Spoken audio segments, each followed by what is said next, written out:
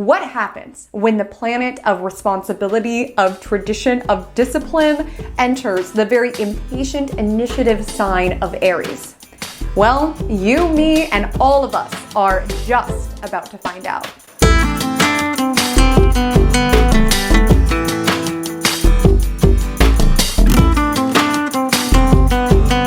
Hi, my name is Haley Comet, and welcome to my Cosmic Corner of the Internet, where we discuss all things astrology, and today, all things Saturn and Aries 2025 to 2028 and you. Where it is that you are putting in the work, Saturn style.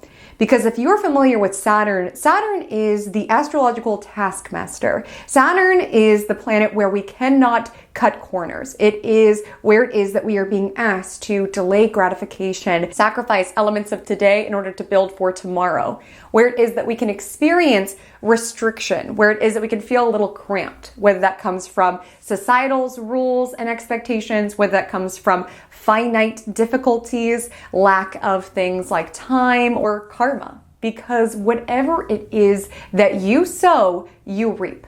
And Saturn energy makes this incredibly clear. So what happens when Saturn enters into a sign that is not always so good with the delayed gratification, not always so good around sustaining that initial spark of excitement, not always so good around playing by the rules of structure and society and order? What happens with Saturn entering Aries? You may know that this energy is very mismatched. Saturn's actually in its fall in the sign Aries, which means it is not dignified. When we dive into the themes, you may understand why. Aries as an energy is more instantaneous. Saturn is around the sort of slow and steady results that build with time. Aries is the sort of energy around, if there's not a door, I'll find a window. And Saturn is the energy around, well, this is how things are done, and you have to play by these set of rules. Now, Aries is the energy around having fun and being playful with life. And Saturn is the energy of the pressure and the weight of legacy. So with Saturn moving into Aries, you will be asked to sustain that spark, that initiative, what excites you. You'll be asked to maintain your commitments, be who it is that you say that you are, as well as contain your impulses. With Saturn and Aries not allowing the heat of the moment to get the better of you. Because we tend to, when we're in a hard place or we're in a hard spot, we tend to think, well, that wasn't me. That wasn't me. I just had A, B, and C going on, and that's why I behaved that way. But Saturn and Aries is going to be a cosmic reminder for all of us that you are the sum of your actions. You are who it is that you are on a bad day. You are who it is that you are on a good day. So who is it that you want to be? And how is it that you can commit, sustain, maintain, and contain in order to really embody yourself and embody your authenticity at that, and to really allow your actions, your sacrifices to back up the person that you are, regardless of what is happening around you, within you, to be so solid within the person that you are and trusting your own inner guidance. So within this video, we will dive into everything that you need to know about this transit, the main themes to keep in mind. We will talk about which signs will be the most impacted by this transit. We will talk about what it means if you have natal Saturn in Aries within your birth chart. You're entering your Saturn return. We'll get you briefed on that. And then we will take it into our Saturn and Aries sign by sign, house by house analysis, what particular life arena you will be doing the work in. And trust me, this is work that we cannot cut corners around, as much as you may be tempted to with Saturn moving into Aries. So without further ado, let's go ahead and move into Saturn in Aries 2025 to 2028, committing to who it is that you are.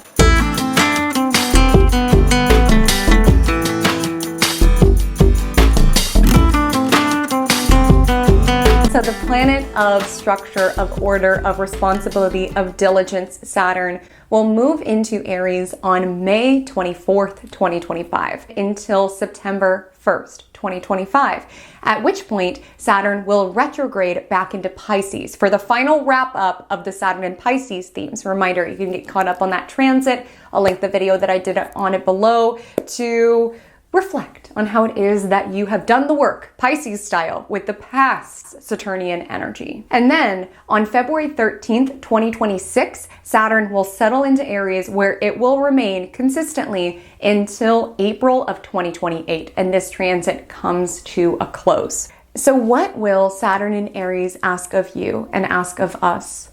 It will firstly ask you to sustain the spark. Aries is a sign that is the first of the zodiac. And so this transit is incredibly important because even beyond just setting the tone for the next 2.5, 3 years of work that we'll be doing, it's also starting a brand new Saturnian cycle because it's moving into the very first degrees of the zodiacal wheel. It all begins with Aries.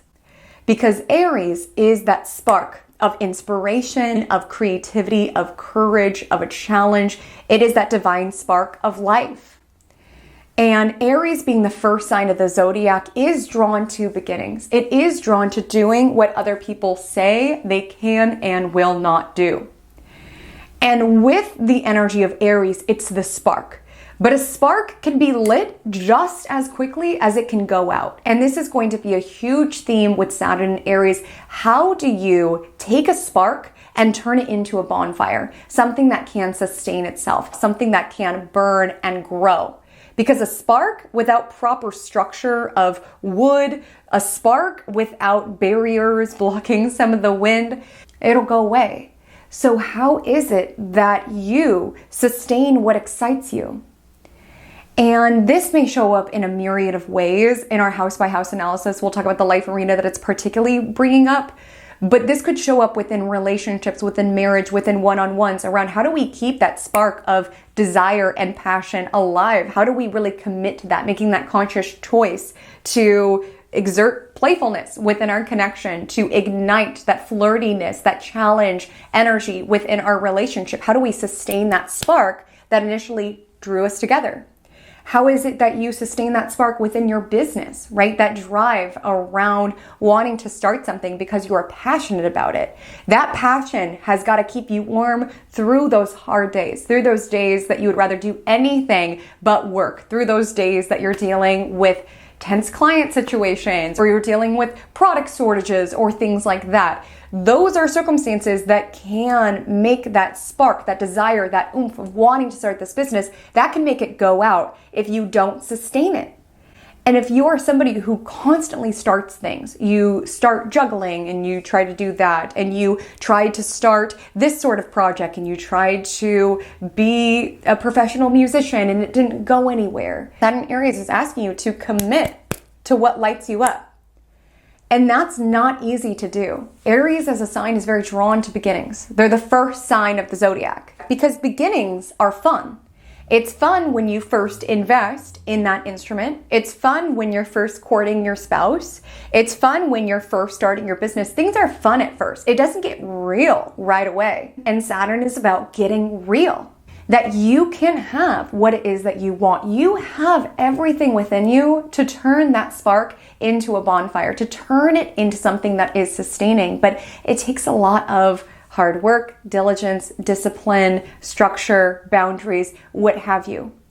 And so Saturn in Aries is going to ask you, how is it that you sustain the spark of what excites you, of what ignites you? And part of that, in really succeeding during this transit, will ask you to ascend into accountability. Aries is the sign of self. And so with Saturn in Aries, it's really asking you to do the work of getting very real with yourself. If you are someone or you know someone who constantly pushes the blame on others, I didn't become a professional musician because nobody would give me a chance. My relationship fell apart because my spouse complains too much. My business didn't thrive because I didn't have the space to really do and launch what I really wanted to do and launch. And of course, are there elements of these things that are true? Absolutely. Saturn energy is around playing with the finite limitations of life, around things such as time, things such as resources. Like sometimes things are hard. It's not saying that they're not. But if you are constantly pushing the blame on other things around, it's because of this and it's because of this. You will deny yourself the opportunity to learn, to implement that. It is a psychological fact that we tend to associate ourselves with our successes. For example, my marriage is thriving because of who I am as a partner. My business is thriving because of who I am as an entrepreneur. I'm a professional musician because of my talent. But we are all too quick to push off our failures on the external world. Oh, no one would give me a chance. Oh, I didn't have the space to be the entrepreneur I really wanted to be. Oh, my spouse had all of these issues. We don't always associate or align ourselves with our failures because, of course, who wants to associate ourselves with the hard things? It's not easy to be radically honest with yourself about your shortcomings. But your success and your navigation during this transit depends on it. Being honest with you, really taking a look at it around what could I have done better? What is the role that I am playing here? How can I implement this to do better next time? Because Aries as a sign, it's important to note that this is a sign that the sun exalts in. The sun exalts in Aries. And Aries can sometimes be associated with this warrior archetype, right? This hero archetype. We want to be the hero in our own journey. And oftentimes we think of warriors and heroes as not having flaws, right? They're always courageous. They're always fearless. They always win. And with Saturn and Aries, it's asking you to really take accountability during your losses, because there's a lot of data to find there. And that's where it is that we truly become the hero of our story, the warrior of our story, is taking into account what our losses teach us and allowing that to be fuel to do better next time, to try again, or at least to keep going. Because like I said, with Saturn and Aries and sustaining the spark, there could be an acknowledgement this time of individuals who just kind of like start stuff. They try it. As soon as it stops being fun, it's like, oh, well, it was just the economy. Or, oh, it was just this. It was just this. Taking that accountability to be like, okay, maybe the economy did impact my small business. Maybe this particular genre of music that I was trying to play for did go out of style. Like maybe there are real life external factors that are contributing to this, but I also play a role in this. And where is it that I can get real with myself around the role that I play in this? Around maybe I wasn't practicing my musical instrument enough. Maybe I was not really investing energy in marketing or word of mouth. It's really important to learn from your losses. You do not lose when you learn from your losses. And it takes strength to do that. It takes strength to be real with yourself and to be honest with yourself and to admit that, you know, heroes fumbled sometimes too. Baddies have bad days too. Stars have flop eras too. We all have seasons of our life where it's not constantly like winning right at time or getting the results that we seek right away. And it's important to be accountable to self, because this transit is going to be the hardest for anyone out there who has like a bit of a God complex around thinking that your actions won't catch up to you. Oh, they will. Saturn transiting a Mars world sign, oh, they will. Which can be incredibly helpful if you're somebody where it's like, I want my actions to catch up. I've been working very hard on something. Saturn transits, while they're hard and they test you, it can be a time that it gives you real life material results on the other side of it. I always say, you know, Saturn is that mean professor who's going to nitpick you and going to make you learn the material and will not hesitate to hold you back a grade so that you really learn the lesson. But if you do the work, Saturn will give you the A. There will be implications of the hard work that you put in. But you have to be willing to look back at the test that Saturn has graded and marked up with red. And rather than just saying, oh, Saturn's the hardest professor, oh, I didn't have the study guide I needed, or oh, this, or oh, that, to really be accountable around, I took this test. This is my mind. This is my education, so to speak. Where can I do better next time? And that takes us being willing to set our ego aside and really look at ourselves, take that hard look on ourselves, because a lot rides on it. Like the success of anything that you commit to in this life, your job, your career, your marriage, your passion project, your friendships. It's important to know we are not perfect. And if you're someone who starts a lot of things and you recognize you're in a cycle, that you're like, I go into these relationships and I get super excited, and then I realize something's wrong with them, and then I run away. Or I start all these businesses and I'm really excited, and then something happens and then it never works out. My love, you're in a cycle. And Saturn in Aries may ask you to look at your role within that. I'm not saying you have to take responsibility for harm that has been done to you, or toxic people that you have encountered, or challenging business situations that you have encountered. I'm not saying that it's all your fault. I'm saying with Saturn in Aries, you do have a responsibility. And if you are someone who starts a lot of things and you recognize that you're in a cycle, Saturn in Aries is going to make you look at that. And it's going to require you to be very radically accountable for your role in said cycle. And Saturn in Aries really asks, who are you? Not to get all caterpillar from Alice in Wonderland on you, but really, who are you? Are you who you think you are? Are you who you say you are? Are you who you want to be? When Saturn's transiting a sign, it brings gravity, weight, emphasis. And so there could be this focus throughout this transit around really defining who it is that you are and who it is that you are not. And again, sometimes we have a certain idea of who we are as the hero in our journey, but then our actions tell a much different story. You know, when it comes to Saturn, you can run, you can hide, but Saturn, Saturn's always watching. So if there is any temptation to cut corners, or again, when it's a bad day, when you're in a bad situation, to distance yourself around, that's not who I am. Who I was when I was in that customer service call, who I was when I was driving and I had road rage, who I was when I was partying, like that's not me. And of course, we all have days and moments that we're not particularly proud of, and we don't feel like summarize us as an individual. I'm not saying that you need to utilize this transit as energy around being very guilty for the ways that you are, but with the energy of Saturn and Aries, it's part of accountability around this is me.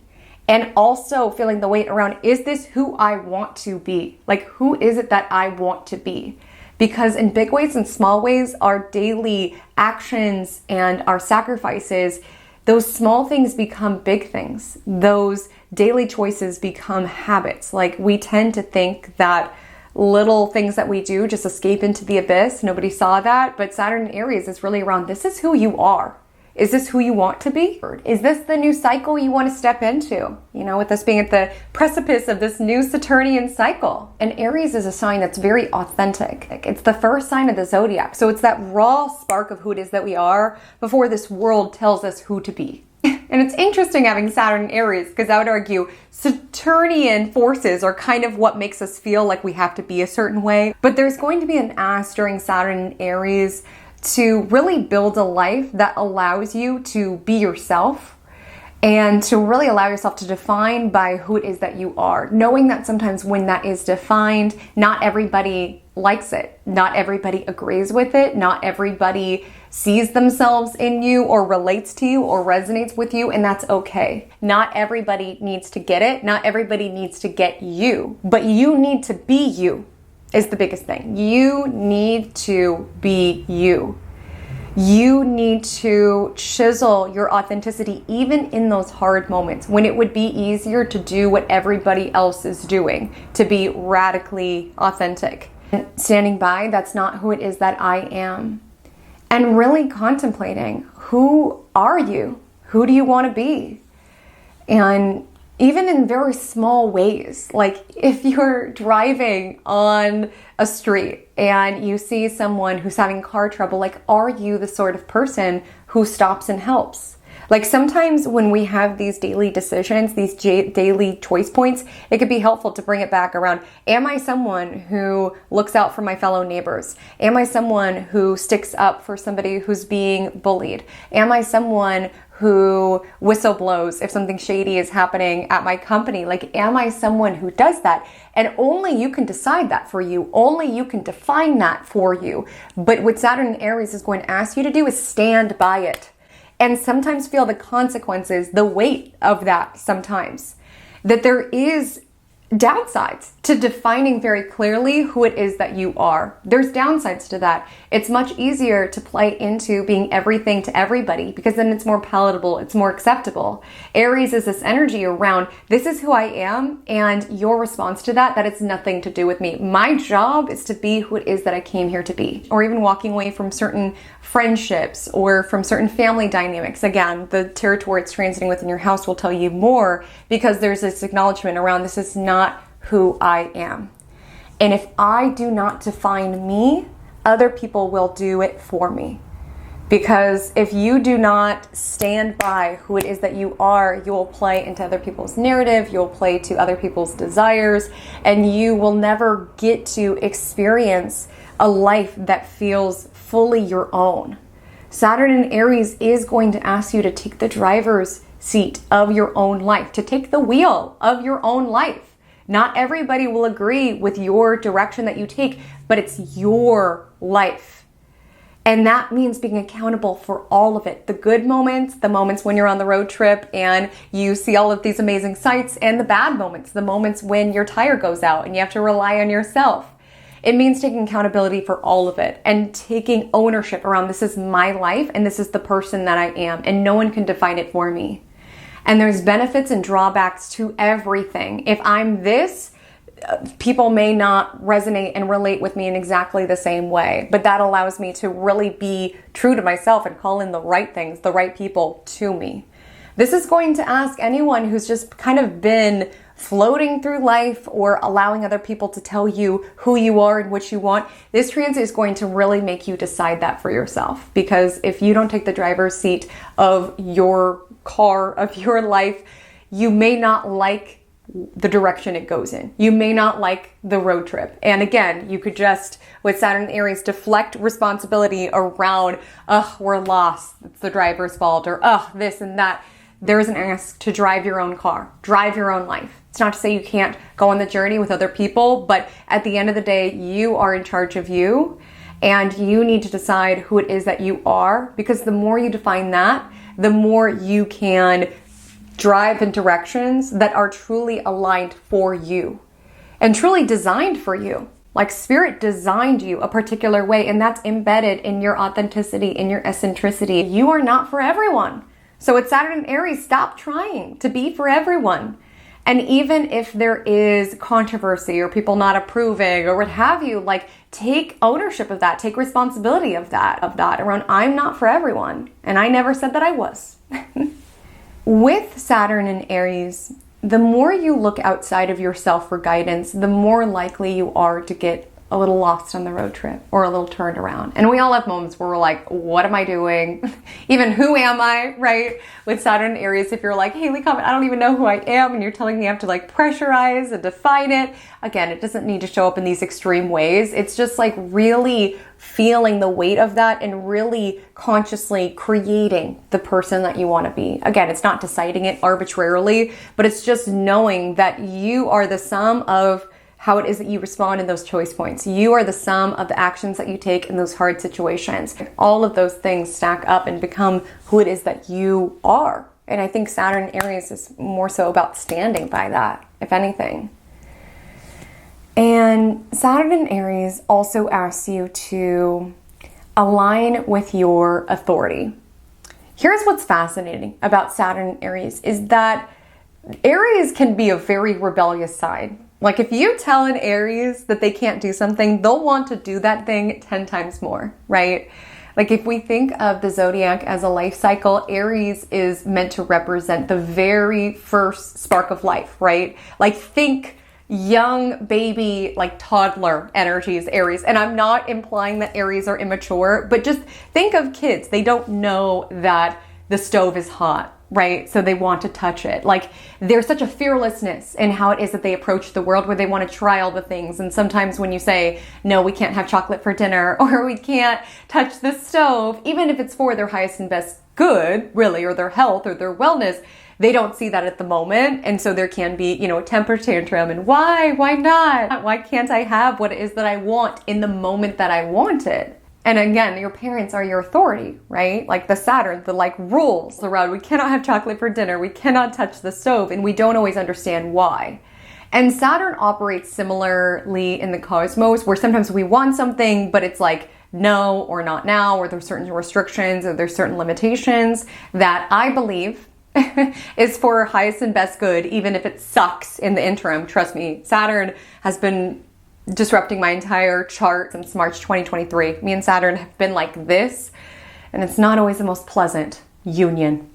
Let me say that. But even with that, I still believe that Saturn energy, it is kind of the energy around from a cosmic perspective, or from getting us in alignment with what we're meant to do here. I do think that sometimes it denies us certain things in order to get us in alignment with what it is that we are truly meant for, to teach us certain lessons that we will pull from the future. I know not everybody believes the same, and that's completely okay. But I wanted to bring that up because Saturn is kind of that authoritarian energy around no, not yet, not now. And we can be that impetuous toddler who's screaming and having a temper tantrum. And there's going to be a story around authority over this period. And this can show up in a couple different ways. Like with Saturn Aries, there could be a lot of resistance and rebellion around authority. Anyone telling you what to do or who to be, which again is important for you to decide within yourself. And it's also important to be very mindful who you give that power over you. Like not everybody deserves to be an authoritarian over you.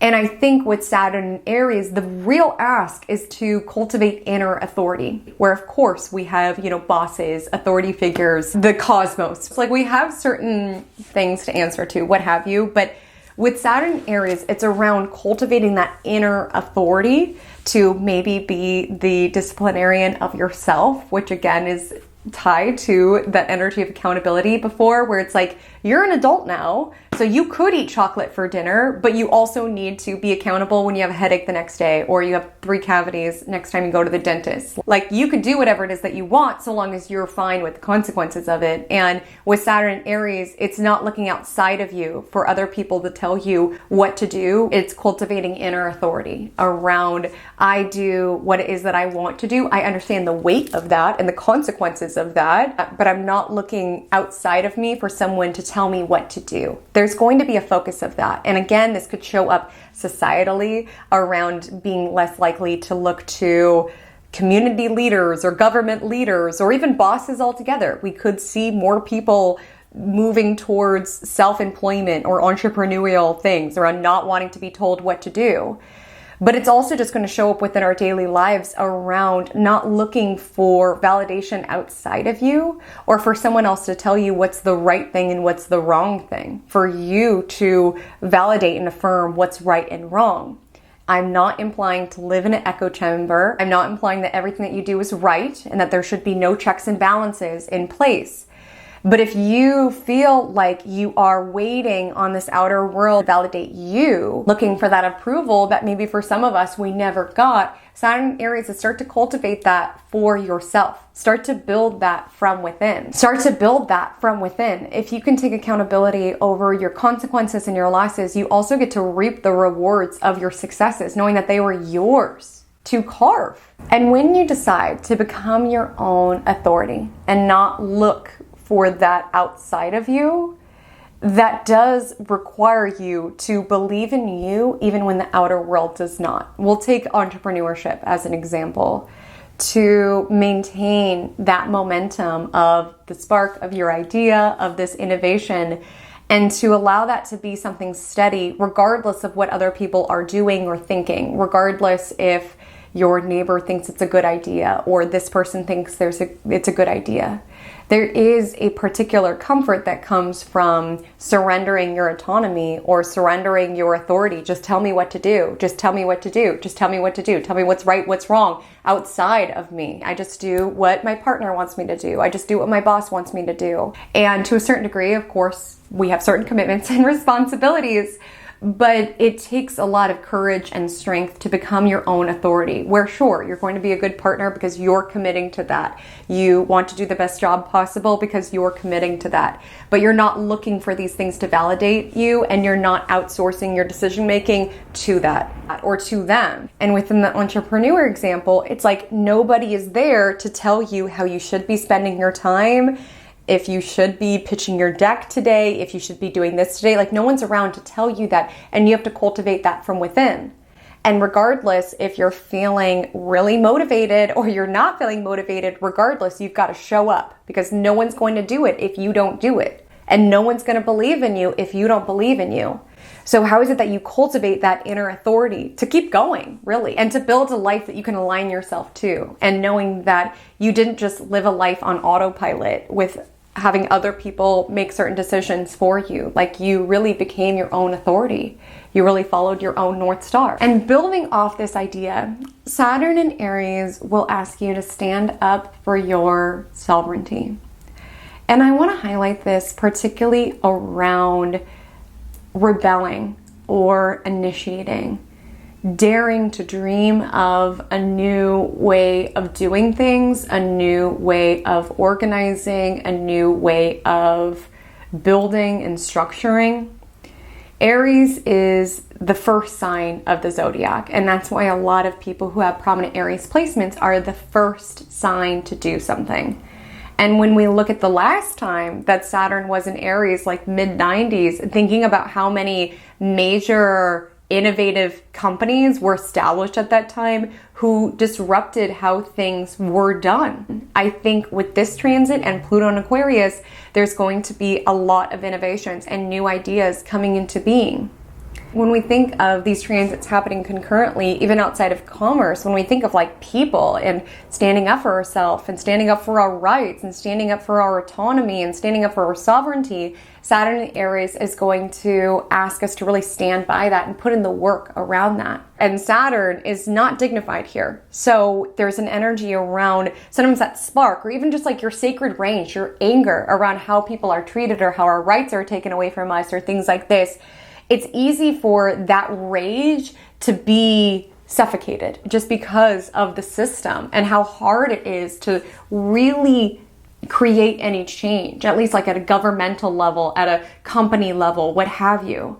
And Saturn in Aries is going to ask, how is it that you maintain that spark or even just that anger, that motivation to stand up for what is right, regardless of how long it takes or how hard it is? You know, Aries energy is about not being complacent and daring to initiate, daring to stand up, daring to advocate, even if that's hard to do with Saturn and Aries.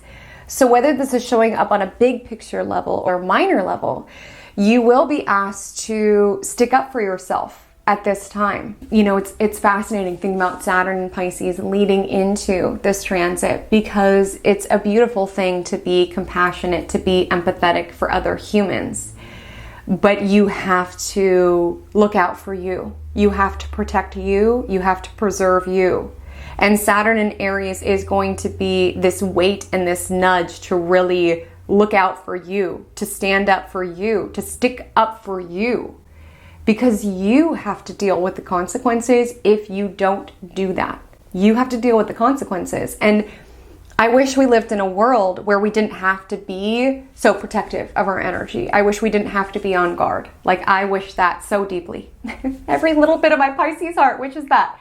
But that's not the reality. And Saturn makes us confront the reality of it. You know, people will say you're a bitch if you stick up for yourself. They will say that you are out of touch if you dare to ask for more. People will say all sorts of things, set you and paint you in all sorts of lights. And again, that's where that identity work of Saturn and Aries comes into play, because it's like, I don't look for you for affirmation or validation to tell me who I am. I know who I am. So you can say whatever you want. I know who I am.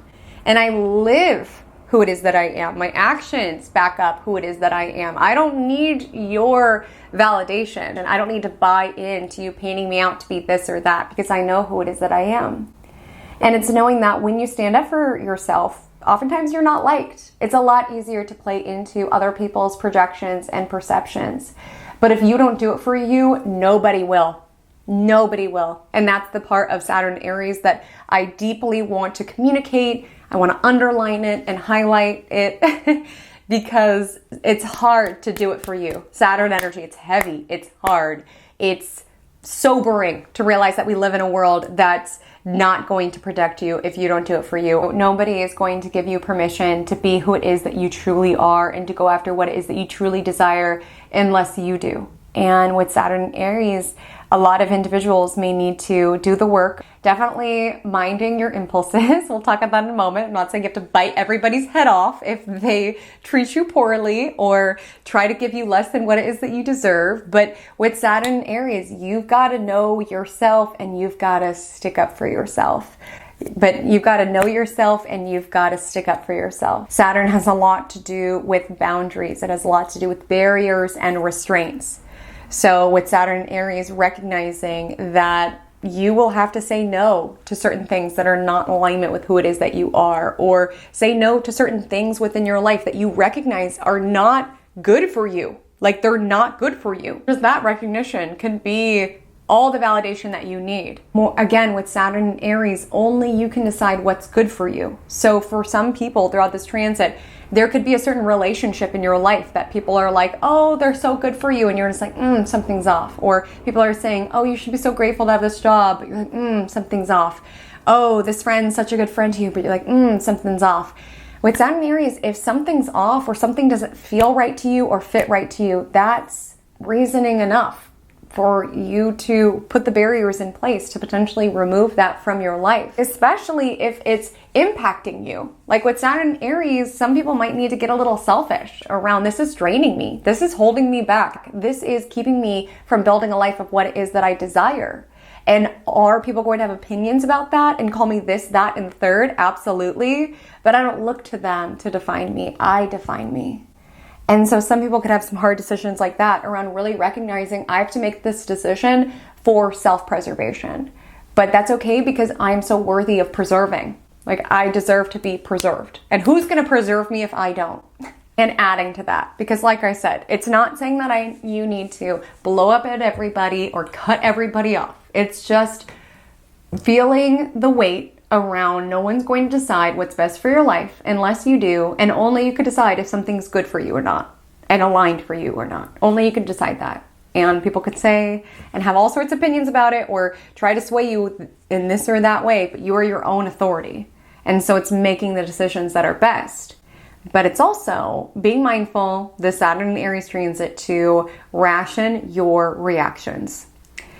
Aries is around our instincts. So just instinctively, like our knee-jerk energy, right? Like if someone cuts you off on the road, what you want to do immediately and instantaneously. When someone insults you, what you want to do immediately and instantaneously. And I would encourage you to honor your instincts. Like if you do get a certain hunch, you're like, I just want to start this particular business, or I think this is now the time to take my art seriously, or something like that. Honor your instincts, but really temper your reactions.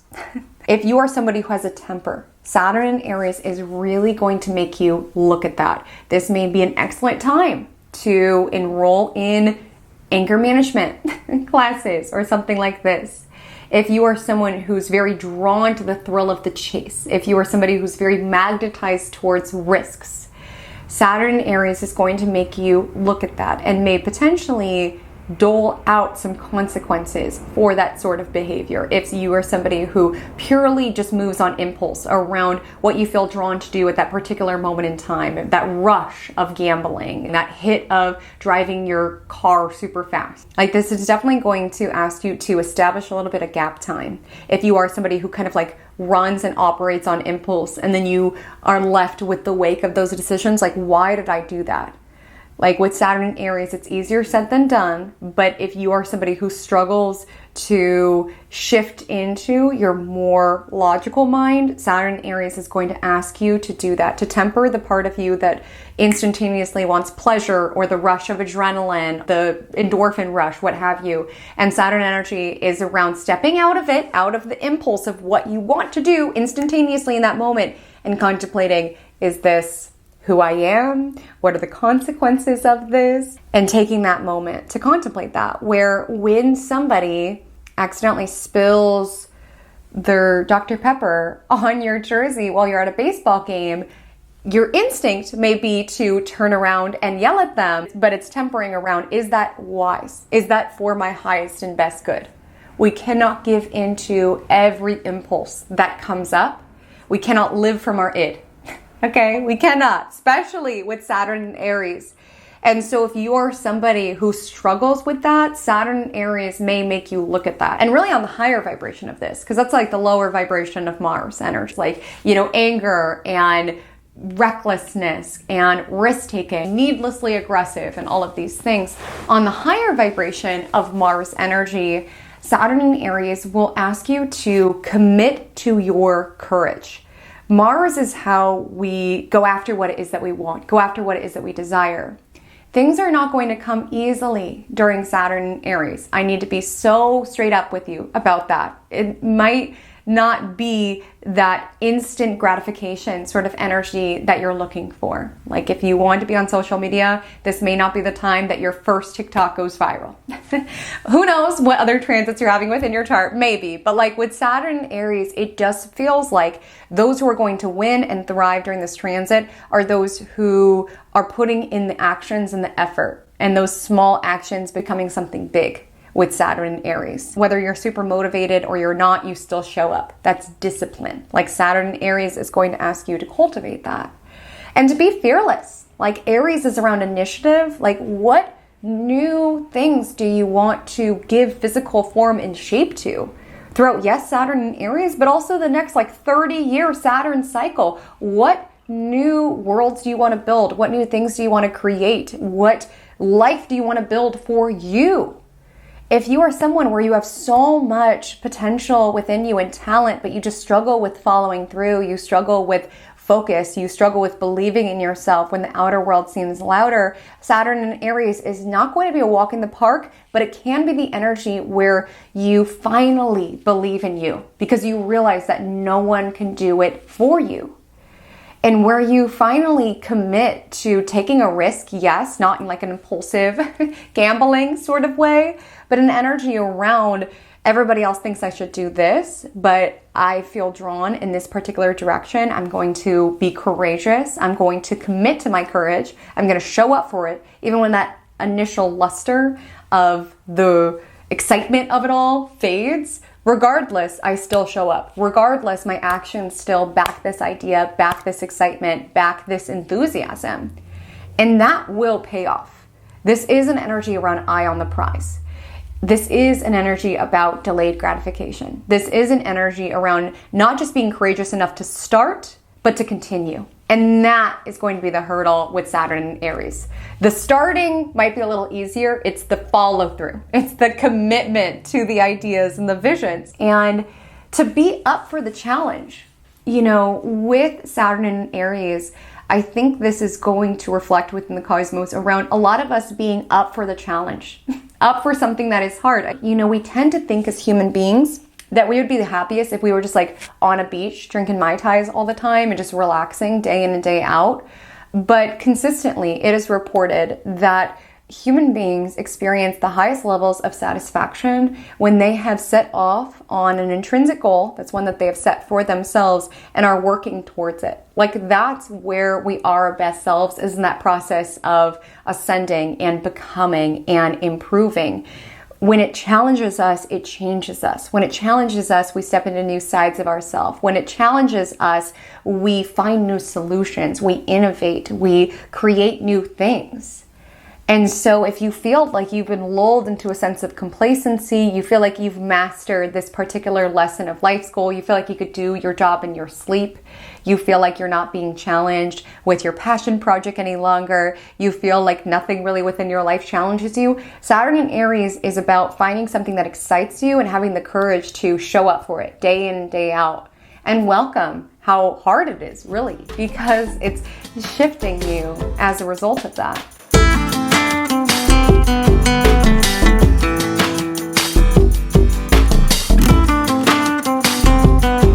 So if you notice within your birth chart that you have Saturn in Aries natally, this denotes that within the time frame 2025 to 2028, you will experience your Saturn return.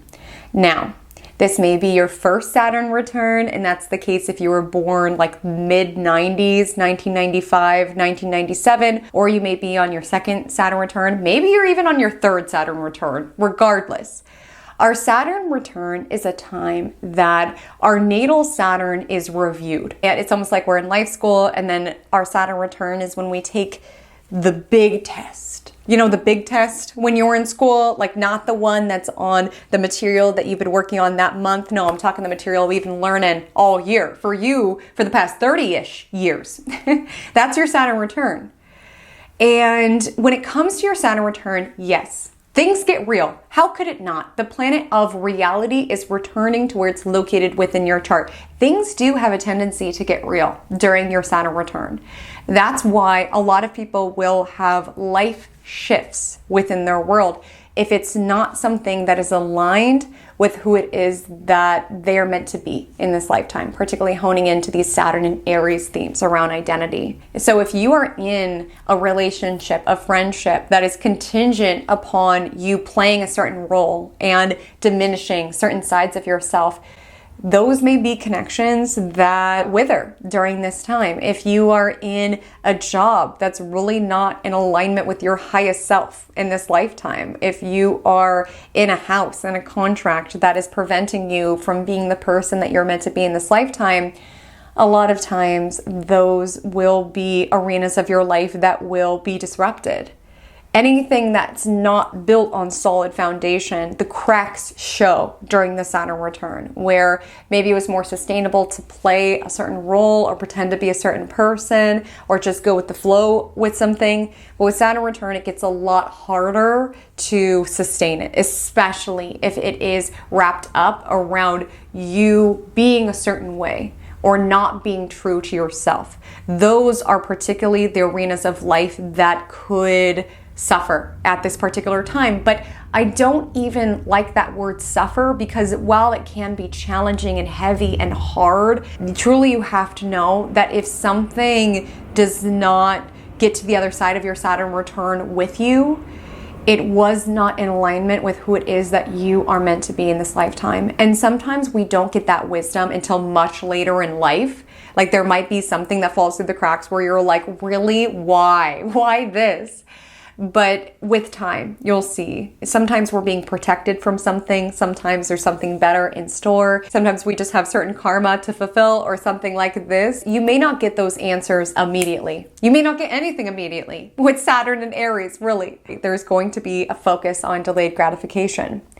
But Saturn return does not necessarily denote things ending. In fact, it can be things stabilizing. So please take a deep breath. Like, it's not saying that everything in your life is going to fall apart. I just wanted to address that firstly, because I feel like that's what a lot of people feel like about Saturn return. And while that can be the case, what I see more likely within my clients during their Saturn return is that something stabilizes within their world. So a lot of times you'll see people during their Saturn return ascend to new levels of commitment. They get married, they start a business, they buy a house. Saturn return is a rite of passage. You do move into this new season of adulting within your lifetime if it's your first Saturn return, or you do transition into a new era of adulthood if it's your second or even third Saturn return. And with that comes certain decisions. Who do I want to be? Where do I want to live? Who do I want to commit to? What do I want to commit to? Like, it gets real. The decisions that you make at this time do have far-reaching consequences. And there is a heaviness or a weight in that, especially with Saturn and Aries. You know, if this is your first Saturn return, you may feel this push to fully grieve your youth. And again, you still have the inner child within, but you just may feel new responsibilities taking shape, a new serious outlook on life coming into the picture, and feeling the pressure of that, and recognizing that it's not like it was when we were younger, that our actions do have consequences. We have to be our own inner authority. No one's around to tell us what to do. And if we do make a decision that's not the best, we suffer the consequences of that. And that's where Saturn return can be a little bit more hard and heavy. Saturn return is a time that your cycles and your patterns catch up. So when you listen to the sign by sign, house by house analysis, which is where I would recommend you head next after you listen to this little spiel, just know that it's kicking up those themes even more, because you have a life assignment to work on those particular themes. You may have certain karma in that arena. You may experience a lot of difficulties and obstacles in the house that you have your Saturn within. And Saturn return is really going to bring to your awareness what your patterns and cycles are around that territory. Because Saturn return can be graduation energy. Like, I know for me, I was pretty nervous. Of course, as an astrologer, you study so much of this information, but studying it and living it are two very different things. And I did approach the period with a bit of apprehension, but it can be those cycles and patterns catching up with you in a really positive way. Like, for me, it was finally getting what it is that I'd worked for and what I'd really committed myself to. All of that started to show up for me during my Saturn return. And so if you have been putting in effort towards something and been diligent around that life arena and really been looking at yourself and taking accountability and really defining who it is that you are in that sector, your Saturn return can bring you gifts and blessings. It's like a reward, right? You've been doing the work. But if you have been deflecting accountability, if you have been outsourcing authority, if you have just been feeling powerless over that sector around, I don't know why it always ends up like this, I don't know why this always happens to me, without looking at your role in it, that's where your Saturn return is going to be more challenging. That's where it's going to make you look at you. I mean, Saturn return in Aries, it's showing you the mirror at this time. And really making you aware that if you keep doing what it is that you've been doing, you will keep getting what it is that you've been getting. And this tends to be a transit where there might have been certain consequences that you were able to delay. So let's say if this is your first Saturn return. Maybe you used to be able to party all the time and have all-nighters and engage in things that were a little bit more risky. That's not going to fly during your Saturn return. You could start to feel the effects of the decisions that you've been making, where youth could have kind of shielded that. Like, you had lots of energy, so you didn't feel how hard it is on your body when you stay up all night. You didn't feel the joint pain because you weren't moving your body. Like, those consequences and just the effects of time, Saturn return is about time, will catch up. And you can also feel this weight of time, starting to think about your age more so, as well as the age of people around you, really witnessing and observing how people are getting older. People are getting older. And with the energy of Aries and this energy around initiation and fearlessness and courage, some of you may have this recognition of time and it's going by and it's mine to utilize as I see fit. And some of you are going to reach this point where you realize, like, time is a finite resource. And if I don't take this chance, if I don't take this risk, if I don't leave this marriage, if I don't start this business, if I don't do the thing that I know is hard and going to challenge me, I don't have unlimited time to do that. Like, I need to work the muscle of fearlessness, because a lot of you, I feel, are going to have a lot of lessons that's around sticking up for yourself, especially in the life arena that it's located in. Like, really look at if you're allowing other people to define you in that arena. With Saturn return in Aries, a lot of you will really have to look at the patterns that you've been experiencing in that life arena, recognizing that sometimes people are mean and cruel and life is hard and things like that, but also recognizing, where am I contributing to this? As well as, where do I need to stick up for myself here? Where do I need to initiate a new cycle? Where do I need to initiate a new pattern? Where is it that I need to temper my impulses? Like, am I very impulsive in this arena of life? Do I go for a certain type of person, if this is in like a relationship house, that I'm drawn to and electrifies me, and then I find that I'm in a familiar cycle? Do I have a pattern of starting jobs and then getting bored and dissatisfied if it's in a job e-house? Do I have a pattern of giving, and then feeling taken advantage of and not sticking up for myself and preserving my time if it's in the 6th house? Again, the life arena that it's transiting through will bring what your themes are, but it's really going to look at how it is that you've been navigating your Saturn thus far, how it is that you've been learning the lessons from your Saturn, and how it is that you are mastering Saturn. Like, a lot of you are graduating from your Saturnian work, and that's not to imply that the Saturnian work ever stops, right? But a lot of you are really feeling the weight and the responsibility of Saturn. You're getting very acquainted with the role that Saturn plays within your chart. And Saturn could be the cruelest foe, but also a trusty advisor. You know, I'm not going to go so far to say best friend, but Saturn energy does not have to be an enemy. And I think that's going to be a particularly important lesson because you do have Saturn in fall within your birth chart, and that's being kicked up. So if you have problems with authority, you're very rebellious when people try to tell you what to do, if you have a problem validating yourself or affirming yourself, if you have a problem for looking outside of you for guidance or to affirm you, if you have a challenge maintaining what it is that you are passionate about or giving it roots, giving it structure, if you have a hard time being courageous and fearless enough to define who it is that you are, to make decisions that other people would not because it's not their life.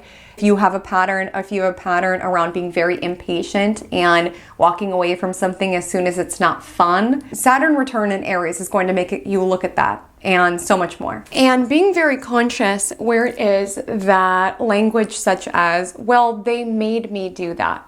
If they wouldn't have done that, then I wouldn't have gotten so mad. With Saturn in Aries, it means taking accountability for your actions. Around, of course, there's context. Of course, people are wild sometimes, but it's really taking accountability within your role in it and not deflecting responsibility and being very conscious where it is that you're saying, well, they made me do that.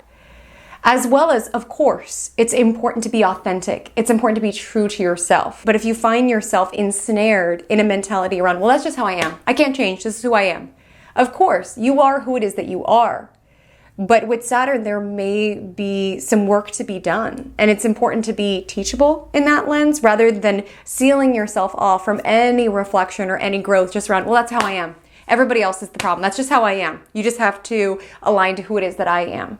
Again, be authentic, be true, be you, but really being accountable and really looking in the mirror also acknowledges where it is that there may be work to be done. You may have a role in what within your life is hard, is difficult. Again, I'm not blaming you. I'm not assigning any guilt. Again, I'm not blaming you. I'm not saying that you should spend your Saturn return beating yourself up or feeling like you are defined by your worst moments. You're not defined by your worst moments, but you are defined how it is that you choose to learn and grow and improve from your worst moments.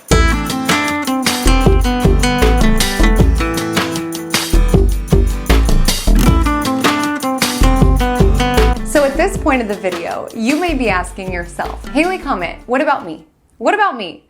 What does Saturn in Aries mean for my sign? What does it mean for my chart? What does it mean for my life? Wherever Saturn is transiting indicates an arena of life where you could experience some scarcity, some restriction, some diligence, some pressures of time and structure. But it also could be an arena of streamlining, of doing the work, of getting clarity, really. And I want to let you know that Saturn in Aries, while it impacts all of us and has a story for all of us, for some of us, we will be working with Saturn in Aries a little bit more intensely than others.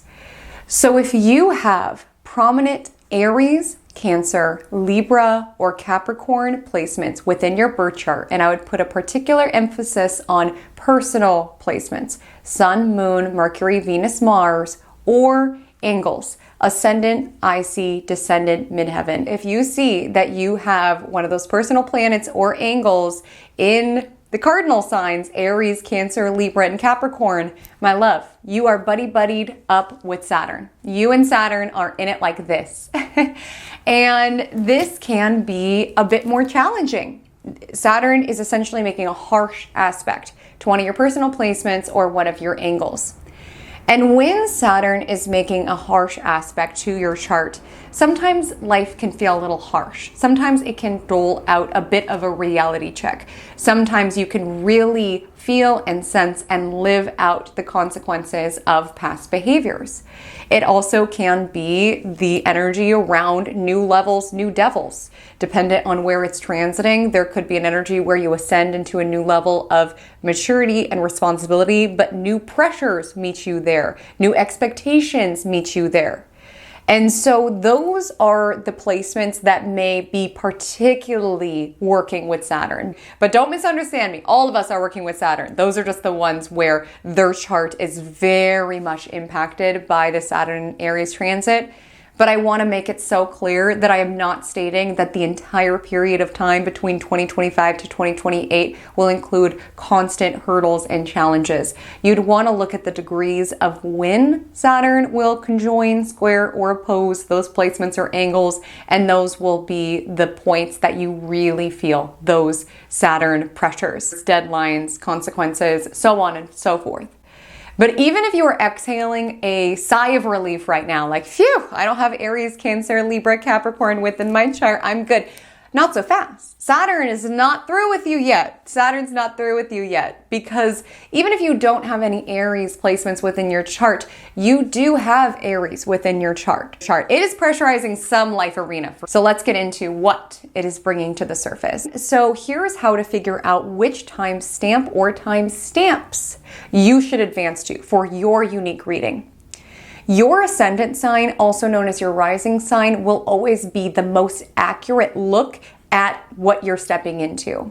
And there's two ways to go about that. The first being, you can just look below within the timestamps, and I've listed probable Aries rising, Taurus rising, Gemini rising. Just find your rising sign, also known as ascendant, and advance to that timestamp. That will work if you utilize whole sign house system. If you utilize Placidus, I do as well. I'll show you a tutorial around how to find where exactly within your chart holds Aries and thus which readings you should listen to. But before I get into that tutorial, I do just want to add here that I would additionally listen to your sun sign forecast. Not every astrologer uses solar houses. I do. Your actual houses, as dictated by your ascendant or your rising sign, will always be the most accurate. But you can think of the solar house themes as just another layer to unpack. So just find your rising sign, listen to that forecast, find your sun sign, listen to that forecast. If you want to get specific and you utilize Placidus house system, I'll show you step by step how you can find which forecast or forecasts you should listen to. So we'll take the chart of Inner Planet Janet, our trusty companion here in my cosmic corner of the internet. So to do this, you will go to astro.com and you will input your birth information. Once you have gotten your chart, you will look for the Aries glyph. It's red. It looks like this. I'm circling it. And from line to line, this denotes the Aries territory of the sky. This may be swallowed up by one house. You can tell what house it is by following to the inner ring. Those numbers towards the inner circle represent which house it is. And so you may find that the entirety of line to line, that Aries symbol, is swallowed up by one house, or you may find that it expands over two houses, maybe even three houses. And what you'll want to know is the numbers of the pieces of pizza. So for example, with Inner Planet Janet on screen, we see that Aries is in her second house and third house. So Miss Inner Planet Janet would advance to the second house timestamp and the third house timestamp, as that will be the themes of her Saturn in Aries transit. Then for sun sign, I would just advance to whatever is listed as her sun sign. So in this example, Miss Inner Planet Janet is in Aries herself. So I would listen to the second house reading, the third house reading, and then the reading that says Aries sun, which in this case would be first house, but you don't need to figure that out. I have it all listed. So now that you know where you will be doing the work, ascending to accountability, committing to your courage, sustaining your spark, let's get into our house by house, sign by sign analysis. So this forecast is for you if Saturn will transit your first house, either in actual houses or solar houses. So you may be an Aries rising, you may be an Aries sun, you may just have some Aries degrees within your first house. And regardless of which of those categories you fall into, What I want to let you know is that during this transit, the pressure is on. And I don't say that to scare you. I say that to really inspire you. You know, there are lots of things that when they're put under pressure, they thrive. When they're put under heat, they solidify. And I want you to step into this transit bearing that in mind. The first arena of life that is going to be put under some scrutiny and some pressure and some criticism is around self. It's around identity. You may feel the weight of needing to define or identify yourself and really deciding the course that you want your life to take. As I highlighted earlier, collectively, we're stepping into a new Saturn cycle, and within your chart, you're stepping into a new Saturn cycle. And you can feel like you're entering a new season of your life. You may be stepping into a new commitment, stepping into a new responsibility, and feeling the weight of that. Even if it is a happy change, you became a homeowner, you got married, you started a business. Every new season of your life has new pressures, deadlines, and expectations that meet you there. And there might be an identity shift of some sort. I am a husband now. I am a mother now. I am a homeowner now. I am an entrepreneur now. Like there could be a shift in identity, as well as you looking at past ways that you have labeled and identified yourself that under discerning eye, you recognize this is not true to me. I do not want to continue to be this way. This is one of the best transits, truly, for creating lasting change within your life. So if there are certain ways that you've defined yourself, well, I'm just that way, I just can't help it. I just can't help it. This is a transit where you can help it. I'm not saying fundamentally changing the person that you are, but this can be a time for honest self-evaluation, really looking at yourself. If you keep doing what it is that you've been doing, you will keep getting what it is that you've been getting, which is all well and good if you like what it is that you've been getting. But sometimes Saturn energy draws our awareness to, I don't like that I am this way, or I don't like that I'm seen as this. I don't love this particular identity. Like Saturn energy can make us look at ourselves more critically. And I want you to be conscientious of that because Saturn is a planet that is realistic, but sometimes overly so, in that we can be incredibly hard on ourselves. Like looking at ourselves under this incredibly microscopic lens of picking ourselves apart, illuminating all of our flaws and our insecurities, which, my love, I don't want you to go down that road when it comes to this transit. Like some of you might be like, what's happening to me? Because most of you are Aries, and so you're typically someone who is sure of yourself. You are someone who goes after what it is that you want, and you may feel a little bit more self-conscious with Saturn in your sign, doubting yourself a little bit more, sometimes even doubting your initial impulses and your gut instincts, which could be helpful if you are someone who's temperamental, if you are somebody who's very driven by adrenaline and the endorphin rush and lives for today and doesn't think about tomorrow. This kind of moderation can be helpful. But for some of you, if you are already struggling with believing in yourself, Saturn energy can accentuate that. And while Saturn can pressurize, it doesn't make it impossible. Like you can really build a healthy sense of self at this time, a really healthy self-concept, but it will take effort. It'll take a little oomph with the Saturn energy, and it will not happen overnight. You may feel like people are not supporting you at this time. Things may not feel like they come as easily to us as they do in other points in time.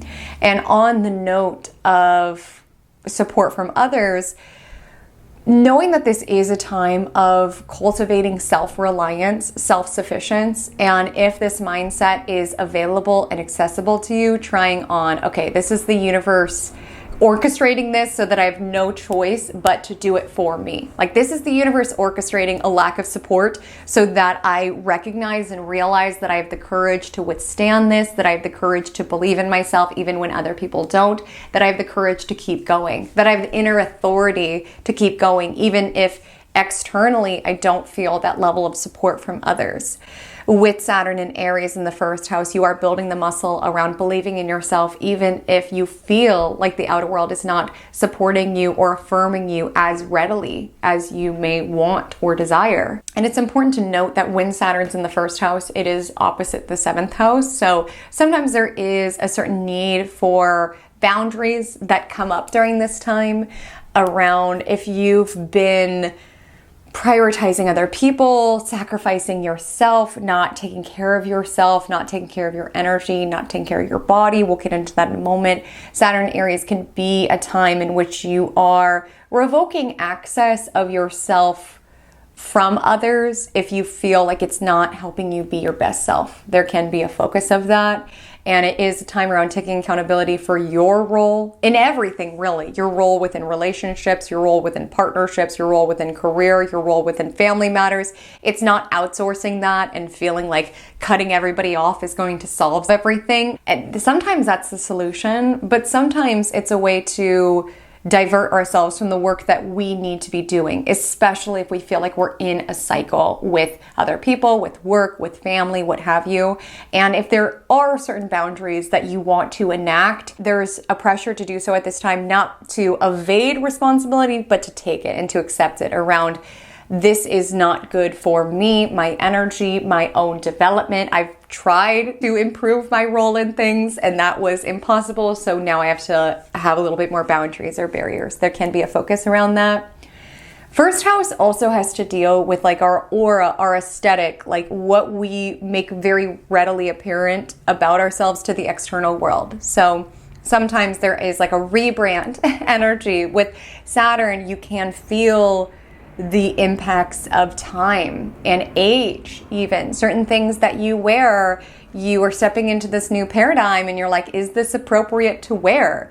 And again, a lot of you have Aries in the first house, like there will always be a part of you that is, you know, youthful and sprightly. So I don't feel like you need to artificially dim down your light. Like if you want to wear tube tops, wear tube tops. Like if you want to wear bright colors, wear bright colors.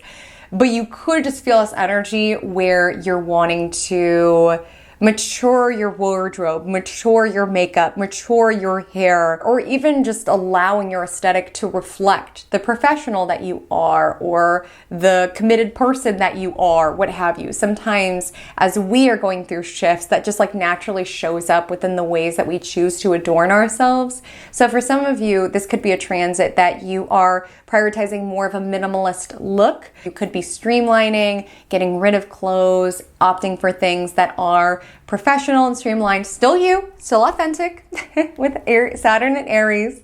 Some of you will be doing the work to really figure out what is authentically me. How do I like to get dressed? What do I like to wear? And really uninstalling any messaging of what you've been told to be in order to step into who it is that you truly are. Like, yes, Saturn and Aries is around a lot of self-evaluation, but it's also around a lot of uninstalling, so to speak, of like programming. Like you could have been told certain things when you were younger around, you know, little Shelly can't focus at all, or, oh, you know, Shelly, she's always so selfish. Things that you then took on and internalized and wove into your story around, oh, I couldn't possibly go into that industry because I can't focus, or, oh, of course, I must be the issue. It's because I'm so selfish. Like sometimes certain things are programmed into us around how we see ourselves that sometimes enforce the decisions that we make from that point. And with Saturn and Aries, you are stepping into a period of your life where you are deciding the course that you want to take and the person that you want to be. It's not that we get do-overs in life, but this tends to be a transit in which you really recognize the weight of time and the responsibility that is being the navigator of your reality. That no one will get the things that you want from this experience unless you do. And so you could feel the weight of that. Like a lot of you could go through a time where you are maturing, you're taking more responsibility, and you're really deciding who you are and who it is that you want to be proceeding forward. And that could inspire you to make certain changes, that could inspire you to go to therapy, that could inspire you to start prioritizing healthy habits. First house has to deal with our body. So I definitely think a lot of you are entering your fitness era. Okay, with Saturn Aries, it typically tends to be a pretty, not easy, that's not the right way to say it because it does take work with Saturn, but it's a very favorable transit. I'll say that for losing weight, for being fit, because you are already buddied up with this more somber, serious, disciplined energy, which tends to make it a more favorable time to really commit to new habits and stick with them. Again, not always a strong suit for Aries placements, but with Saturn in your sign, that is a benefit at this time, is really sustaining the spark around I want to get fit, I want to run a half marathon, I want to feel good again, I want to be able to feel energized enough to chase my kid around, or whatever your fitness goal is. This can be a very favorable time to step into it. You also might be looking at other elements of your body. You might get really serious around dietary restrictions, health symptoms, and really just wanting to put the work in order to feel your best. And if there are certain health issues that you've been avoiding or ignoring, this may be a time that you are asked to look at those things. I will say that while Saturn in Aries is helpful around commitment and discipline, you may feel a little bit of a limitation around your overall kind of like zest for life. You might feel like your energy is a little bit more muted. And I swear, I'm not being a Debbie Downer. You could still absolutely work with this energy. I just want to let you know that, because sometimes with that overly critical energy of Saturn, you might be like, why am I so tired? Or why am I not able to do all of the things? You know, as an Aries rising, you typically are somebody who has a lot of energy, and I just don't want you to feel like what is wrong with me and like internalize it and beat yourself up. If you just recognize during this like 2.5 slice of your life, you just don't have as much at your disposal, just simply because Saturn energy makes us play by the rules of structure around if I give my time here, I deprive it here. And everything has drawbacks. Everything that we do, we give some of our energy to it. And so Saturn just makes you aware of that. So it's not that you need to quit all of the things and stop doing all of the things. It's just around getting serious around who it is that you are and what you really want to give your energy to, because you will not have the energy at this time to do all of the things and be all of the people. So choose to step into this transit just being the best you that you can be. If Saturn will transit through your second house within your astrological birth chart in either actual houses or solar houses, this message is for you. You may potentially be a Pisces sun. You may potentially be a Pisces rising. You may be neither of those and just have some Aries degrees within your second house. Wherever it is that you fall in those categories, Saturn is pressurizing your finances, your possessions, and your self-worth. So let's get into it. You are exiting out of a period where things could have been quite hard, I'll say that, and there also could have been a lot of focus and emphasis around who you are and who it is that you want to be or striving to be or embodying. And you may find that you're stepping into this transit with a bit more clarity, some clarity around who you are, the direction that you want your life to go in, even if you don't feel like you are there exactly. Now the focus shifts from self-evaluation, looking at yourself, your deficiencies, what it is that you need to work on or want to accomplish, what have you. Now the focus shifts to the resources needed to support that person, to support that clarity of the person that you are, the person that you want to be. You can be looking at this time at your money, and there might be a certain pressure that you are feeling around your money. This is not the time to cut corners with Saturn and Aries. This is not the time to fall for any get-rich-quick schemes or any sort of scam, especially with Neptune there. Instead, tried and true long-term financial strategies work best at this time. A lot of you may find that this transit is an impetus to budget, to work with a financial advisor, to look at any spending habits that you have. If you're an impulsive spender, if you're a reckless spender, if you're living in fight or flight financially, this is the time to be open to budgeting, saving, investing for the future rather than living for the right now. And if finances have been something that you've been ignoring, putting off, or you just feel like you have not been able to get above water, this may be a time in which any issues financially could exacerbate, or it could just really draw your awareness to it. So there is an ask to master your money so that your money does not master you, okay?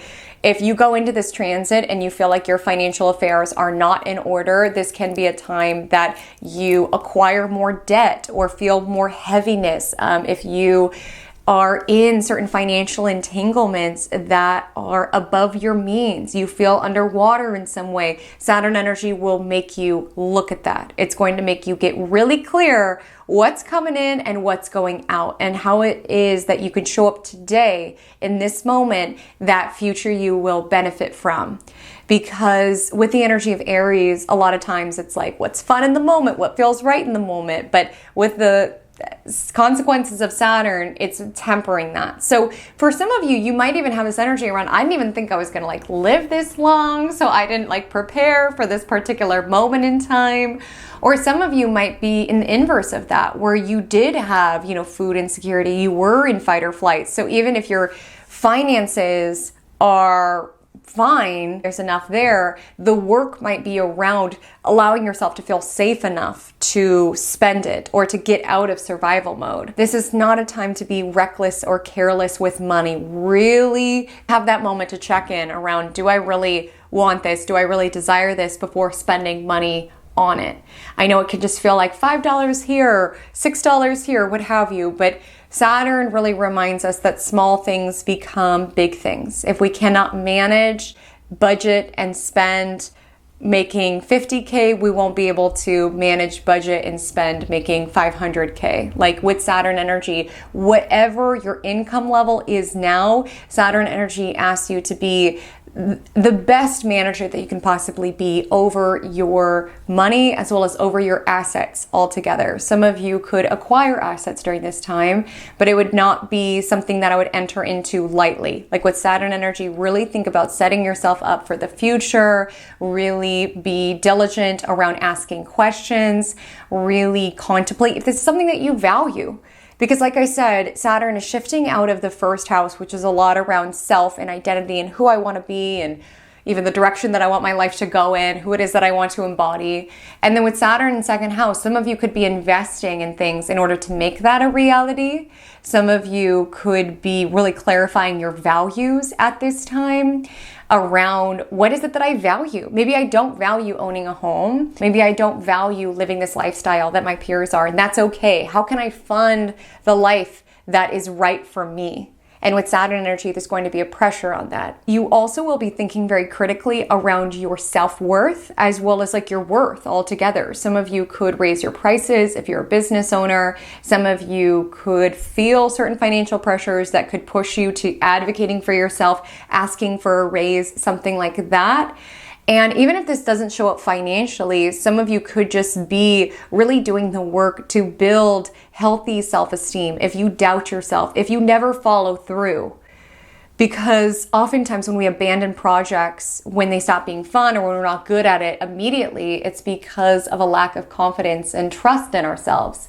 And so if you want to start something, you need to believe that you have the capacity to finish it, to follow through with it, to be successful in it. If you don't see it for yourself, no one will see it for you. Whether you believe that you can or you cannot, you're right. Saturn Aries is making that deeply apparent to you. And with second house, it's going to bring up these themes around how it is that you quantify yourself, what it is that you feel like your worth is, what it is that you feel like your value is in. And also removing yourself from environments that do not honor who it is that you are and the value that you bring to the table, truly. Some of you could feel financial pressures of a different kind because sometimes it shows up around, we bought a house, so there's like less money available, or now I'm taking care of a family member, so there's like less money available. Like sometimes there's literal pressures and responsibilities that are put on our plate that adds to financial stress, or at the very least, a need to be very responsible around your money.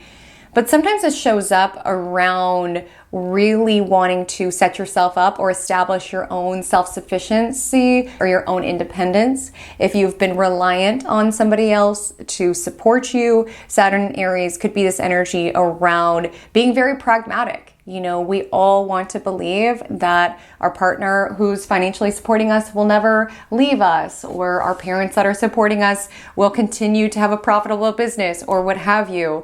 But we have to be realistic. And Saturn energy is around being realistic and knowing that you need to count on you. Like, regardless of what happens, you need to count on you. You need to set yourself up. So sometimes this can show up around you doing the work to have some money for yourself, to cultivate that. Now, for some of you, you're like, some support would be nice, because Saturn in Aries, you might feel like there's a lot of pressure on you, an expectation to provide or to earn money. And with Saturn in Aries, there just could be a focus around your possessions, acquiring things, yes, but things that set you up for the future, as well as things that you value and that feel true to you. This is not a time to spend money willy-nilly or to try to impress people or try to keep up with the Joneses. Streamline your money, see where it is that it goes. This can be an aligned time to release belongings that no longer feel like an accurate representation of who it is that you are. And more than anything, whether this shows up financially or in other arenas of life, know your worth. Know your worth and stand by it, even if it's hard. Some of you could have certain experiences where there's a job and it's perfect, but they're offering a third of what salary you would need, or you're a freelancer and someone's trying to manipulate you for more and more of your time. Like with Saturn in Aries, a lot of you may have to stand on business financially, which can sometimes show up in some like awkward conversations, just as a business owner, as an employee, or as a freelancer, or within any sort of financial partnership. Just ensuring that you are looking out for you. Look out for you, look out for your bank account, and know your worth, because people will be all too ready to undercut you and undervalue you if you let them. So don't let them. If Saturn in Aries will transit through your third house in either actual houses or solar houses, this message is for you. You may be an Aquarius rising, you may be an Aquarius sun, you may be neither, you just have some Aries degrees in your third house. Either way, the focus for you this transit is around your mind, your mental state, your learning, your communication, your neighbors, your siblings. Let's get into it. Third house is how it is that we communicate who we are. If the first house is around defining who you are, the second house is around defining what you own, the third house is around defining your thoughts, as well as defining how it is that you express to the world, hey world, this is me. And for some of you, there can be a focus around needing to stick up for yourself, like needing to use your voice. You might be somebody where you recognize that you let people get away with far too much. Like this could be a nudge around needing to work the muscle to say, no, I'm not okay with that. No, I'm not comfortable with that. Even if it does create some conflict and some tension. Aries energy is really the inevitability of conflict, that you cannot tell other people what they want to hear. And you also can't be around people who are constantly telling you what you want to hear. That creates echo chamber, that gets in the way of genuine growth, genuine reflection. And oftentimes it can make your circle just yes men.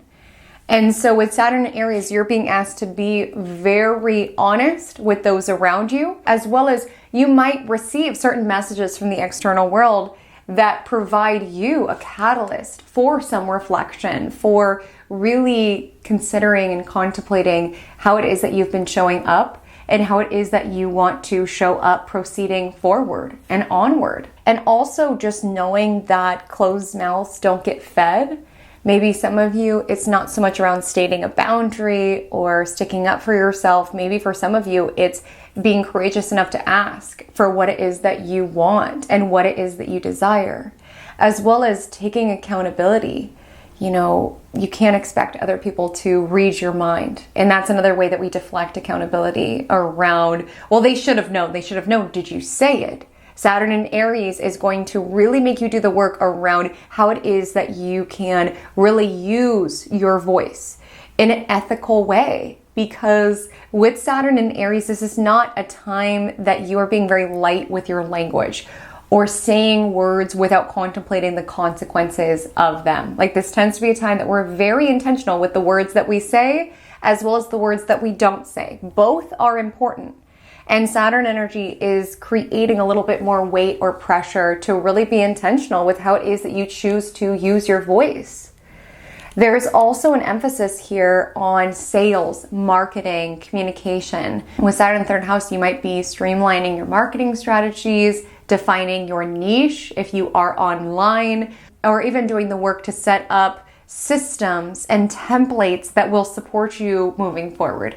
Saturn energy does favor hard work, certainly, but if you do want to be online during this time, or you want to refine what you're doing online, there is an ask to work smarter and not harder here. Rather than making something needlessly harder than it needs to be, where can you try simple? Where can you have a system or a template in order to show up and communicate consistently? You should find at this time a nice synergy around brand identity or the content creator that you want to be and the message that you are putting out there. There should be an energy of that being very defined and being able to communicate from a place of being very solid in what you're about or what it is that you're marketing or sharing. And with the energy of Saturn, there is an ask to be very consistent with your marketing, with your social media channels. This is not the energy that's giving viral overnight, but you can reap more promotion as you consistently show up for it.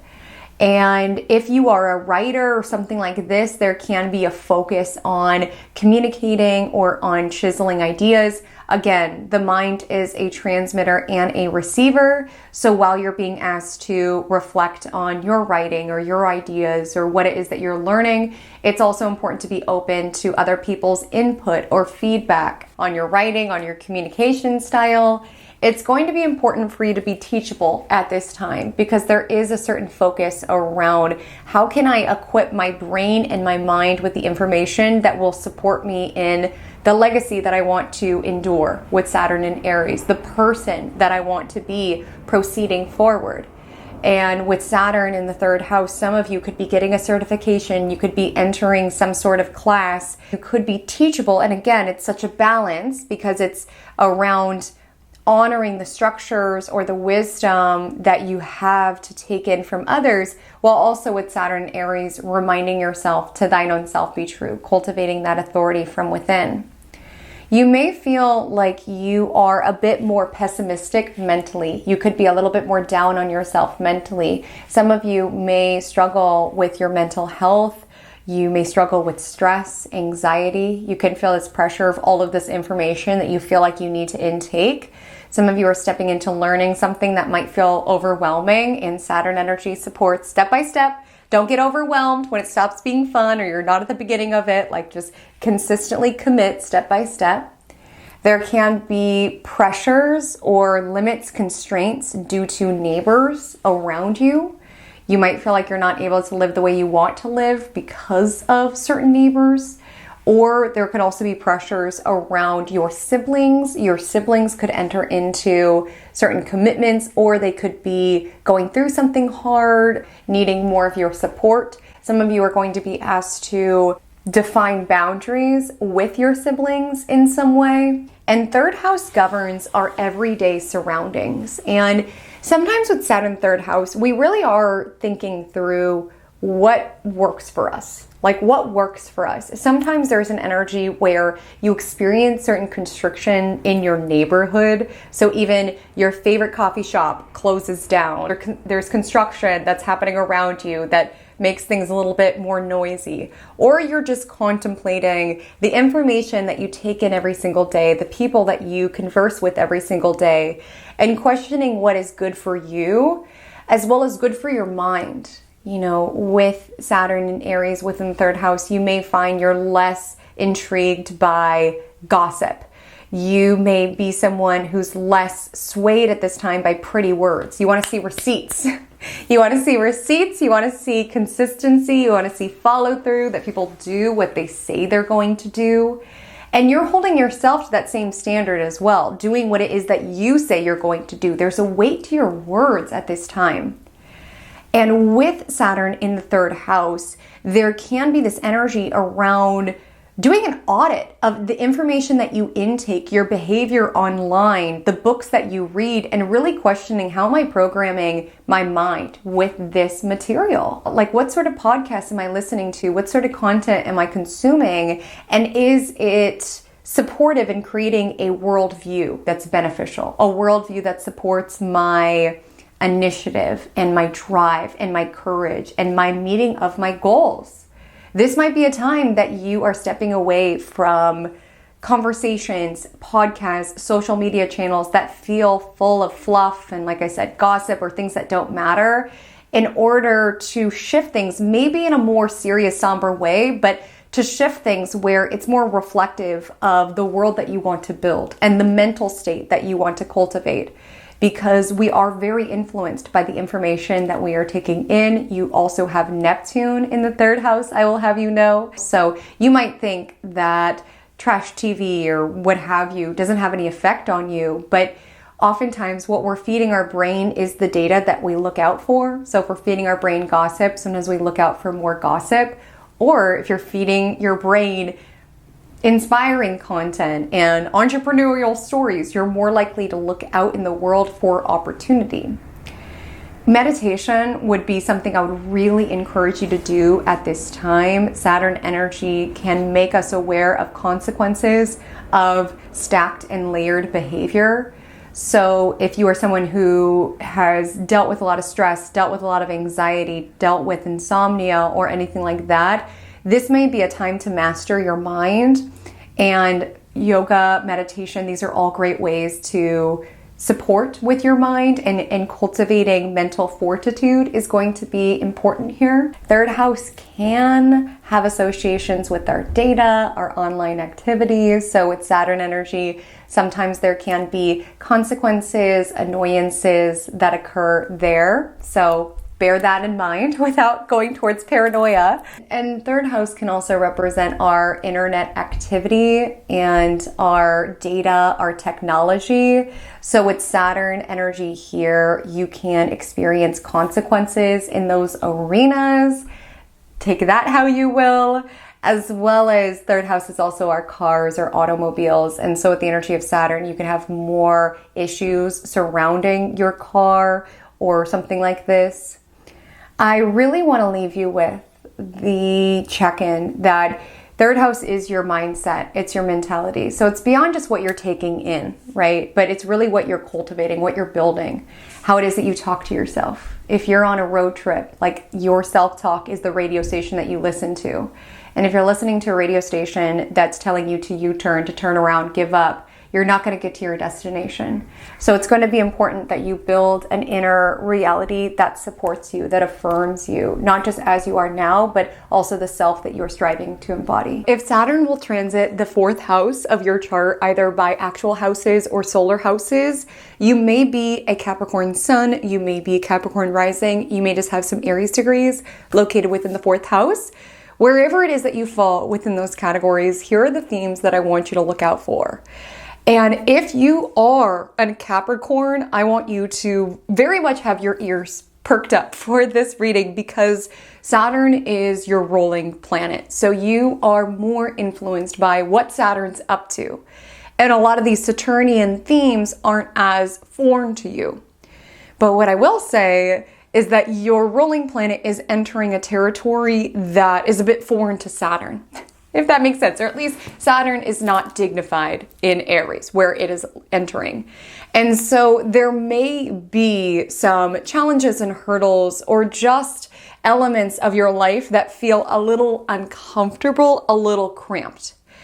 And you may have to really work the muscle around honoring these Aries themes, around recognizing, like, Saturn is the long-term, Aries is the spark, knowing that that spark is the first step towards getting to the long term. Because those who have strong Saturn within their chart, which if you are a Capricorn placement would be the case, has a sense of duty and obligation and understanding of the structure around what things take. sometimes when you realistically summarize what it would take to get to the end of a goal or to reach a certain milestone, there could be a resistance to start because you can sense how much it will take, how much discipline and devotion it will take, and even being realistic to the point of pessimism, where it's like, well, it's going to be really hard, so why even try?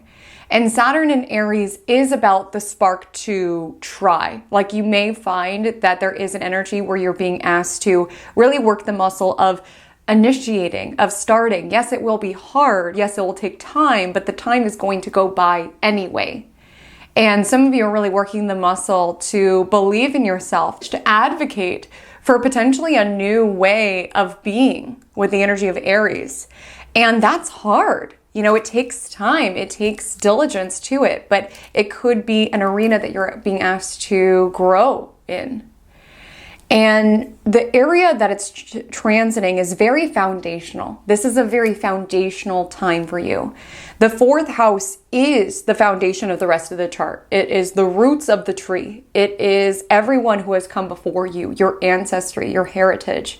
It is who it is that you are when nobody's looking, your emotional landscape. It is the home that encases you. And when Saturn transits here, there may be a lot of pressures and a sense of responsibility around these arenas. So let's get into how this may manifest. The first theme that may potentially come up is you may have a situation where you are having to take care of some family members or something like this. And you may even have certain family members who are resistant to your help. Like with Saturn Aries, you may need to like initiate or like step in around, you know, it's not safe to live this way, or you're not taking care of yourself, or you're letting bills not get paid, or things like that. Again, I'm not saying you need to force anybody out of their own legal rights, but with Saturn in Aries, there might be an energy where you do have to kind of like initiate that responsibility that you are taking over those within your family. Someone within your family could be a focus here. There also could be new responsibilities that you're stepping into within family, even if it's not you taking care of someone, moving someone into your home, something like that. You could just step into a season of your life in which there is more responsibility around your family. And you may be a homeowner, like Saturn can represent this energy of responsibility in that arena, or maybe you're setting yourself up because that's the direction that you want to go in. And again, that's where we get into this like Saturn Aries energy, where you might feel so overwhelmed on how will I ever get to that finish line? How will I ever become a homeowner that you don't even try? Like Saturn Aries has like the courage to try, to initiate, to see if you can get pre-approval, to see what's out there, to work and save towards that goal. Even if you understand it's going to be quite an undertaking, not letting yourself be so pessimistic that you don't take charge of your living situation if that is an honest, authentic desire of yours.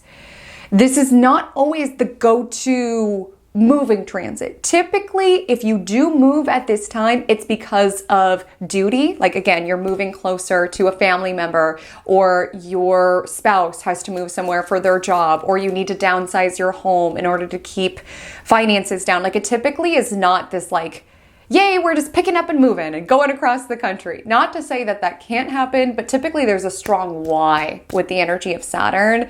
And you may experience certain delays as it relates to the move. There could be certain issues as it relates to the move.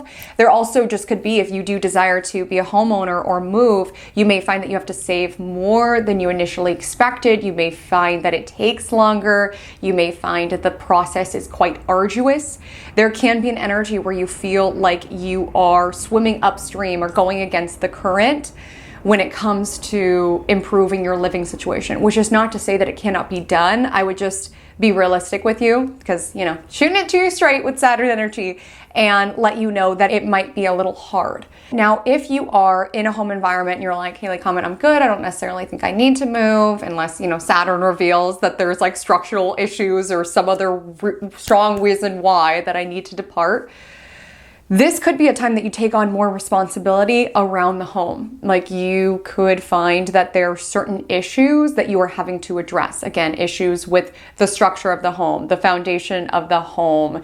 And with Saturn Aries, you're being asked to initiate these projects. Like, this is not a good time around out of sight, out of mind. With the energy of Saturn, it's going to bring certain issues up to your awareness, really take charge to initiate improvements. For some of you, that could look like being assertive when communicating with the landlord around this needs to be improved. I cannot live in these circumstances. For some of you, that could be taking charge in order to find someone to install a fire alarm or fixing certain issues around the home. Like, some of you are stepping into more responsibility around your home environment. Some of you may be asked at this time to advocate for yourself.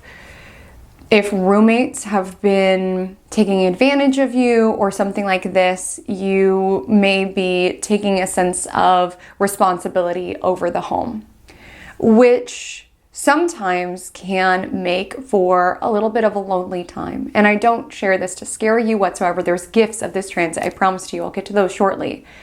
But when Saturn's going through the 4th house, a lot of times there is this energy around recognizing that you don't feel very supported. You could feel like a lot of the familial issues are falling on your shoulders. You could feel like a lot of the home issues are falling on your shoulders. Somebody moves out and it's your job to go find another roommate. It's your job to advocate in order to get your warranty to cover something for your home. It's your job to steer your realtor towards the right deals. Like, you might find you're having to take a lot of accountability and responsibility. And sometimes it's just this energy around like, why aren't people helping me? It's the energy sometimes. And what I will say, because I went through this transit and I won't lie to you, it was a little bit of a lonely time. There is this energy where it's like, wow, this is really on my shoulders. Like, wow, I really don't have that much support. And that's heavy and that's hard. But coming out of the period, I will say it gave me so many gifts in that. Firstly, I had such a strong sense of ownership over this residence that I still currently live in. Like, that was a transit that really forced me to learn all of the troubleshooting tips around my home environment, who to call, how to advocate for myself, for HOA, things like that. Like, it was when I learned a lot of lessons around what it really takes to maintain a home, because before that I just did not realize. And that's a gift that takes with me. Like, I learned to fix some stuff. I learned that I can advocate for myself and make sure that things get done or things get improved or what have you. And even if it doesn't have anything to do with your home environment, with Saturn in the 4th house, sometimes you can feel a little bit more alone emotionally as well. You could have this energy around, I'm really just out here living this life. Like, I'm really out here living my life and not feeling like I have a whole lot of support around me. And what I would say to that is honor that this is a period of time that you are being asked to cultivate self-sufficiency and self-reliance over your own emotional state as well. And that is a gift, though it can be a lonely gift. Again, this will be something that you'll appreciate on the other side of it because it's very foundational. So it's like, if you really learn to show up for self and to regulate your emotions, that is something that you are taking with you in the rest of this Saturn cycle, really, where it's like, regardless of what's happening out here, like, I've got me. And that's such a powerful space to be in. And this can be a time where you are really honestly looking at yourself. You're doing a lot of self-reflection, self-evaluation, especially around your emotions. Like, if you are someone where you're like, well, they made me do that, or if they didn't make me so mad that I wouldn't have reacted that way, or any other emotional pattern that you offload responsibility to, Saturn in Aries is going to make you look at the role that you play within that and taking responsibility for your part in things. It's not saying that it's all your fault. That's not what I'm saying. But Saturn in Aries may have you look at, where did I go wrong in this? Because that's how I can improve next time or in a similar situation. And some of you can find that there is a lot of influence over your roots, your childhood, your upbringing at this time. That could be something that you are very somber about, serious about, and really thinking a lot about. Just how you were brought up and how that has woven into the person that you are now.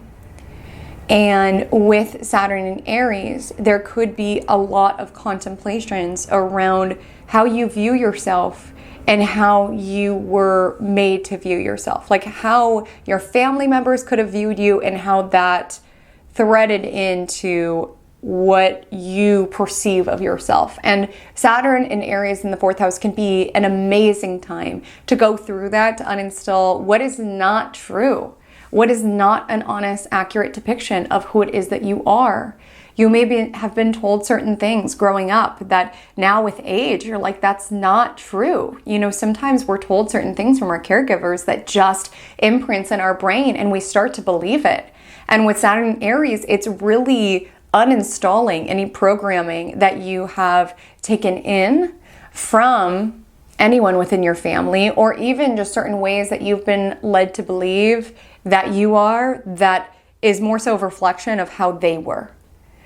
You know, sometimes we do absorb things that are not ours for other people. We absorb their shame, their guilt, their unaccomplished desires. We absorb that within ourselves. We weave that into who it is that we are, and that was never yours to carry. And Saturn in Aries in the 4th house could be an energy that you're kind of like looking through that. And so from that lens, it could be a helpful time to put energy into therapy or anything that can really like better help you understand your emotional patterns, to set you up on a very powerful upward trajectory of Saturn, because after this, it starts climbing up and moving towards what's out in the world. And it's like to ensure that you're on a very solid foundation as you move out into the world or what have you.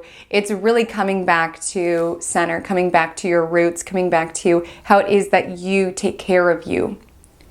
And I'm talking to a lot of Capricorn placements. So some of you have had undue responsibility. You should not have had to be as independent as you were. You should not have had to be as strong as you were.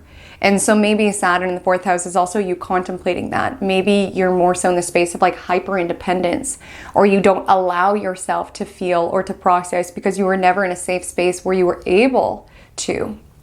And so that also could be a focus here. Some of you are really doing some work around your family. If there are certain family issues, family conflict with the energy of Saturn, this could be heavy and hard. You are being asked to advocate for yourself within it. And for some, that could entail having certain boundaries, having certain barriers within certain family members and the connections with them. All in all, I want to let you know that the gifts of coming out of this period, and I can say this because of course I've read lots of books, taken lots of courses, but this is also my own experience of living through this transit that you're stepping into. There's parts of it that are hard. I have to be forthright with you. A lot of you are ruled by Saturn. It's entering the sign of its fall. It's in an angular house. It's not always rainbows and butterflies. And I most certainly experienced that when it happened for me. But I do want to remind you that you are ruled by Saturn. Okay, so Saturn in an angular house and Saturn potentially even making a harsh aspect to you, because it's a planet that you are very woven with. It may not be as destabilizing as somebody who does not have prominent Saturn. But what I will let you know is that you do exit out of this period with the solidity of self, especially with Saturn and Aries. Like, it could be a time of really digging deep. What makes me happy? Who am I? And this could be a time where we're like clarifying that. And that's going to echo out into everything that you do out in the world. If Saturn in Aries will transit through the 5th house of your astrological birth chart, this message is for you. You may be a Sagittarius sun, you may be a Sagittarius rising, you may have Aries degrees within your 5th house, but you are doing your Saturn work in the house of play.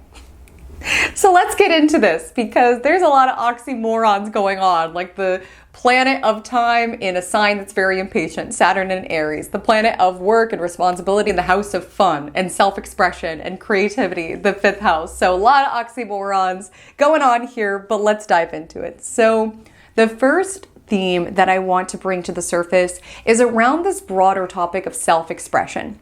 If you are an artist, if you are a creator, if you are an entrepreneur, there could be an influence during this time around really clarifying who it is that you are, like your brand to a certain degree, like how it is that you want to create, how it is that you want to be seen, and not necessarily just like out in the world, but how it feels good for you to create, like what feels very authentic for you to create, like the authentic artist that you are, the authentic creator that you are, or even just how it is that you express yourself altogether. Like Saturn energy could be clarifying, streamlining, getting clear on who it is that you are.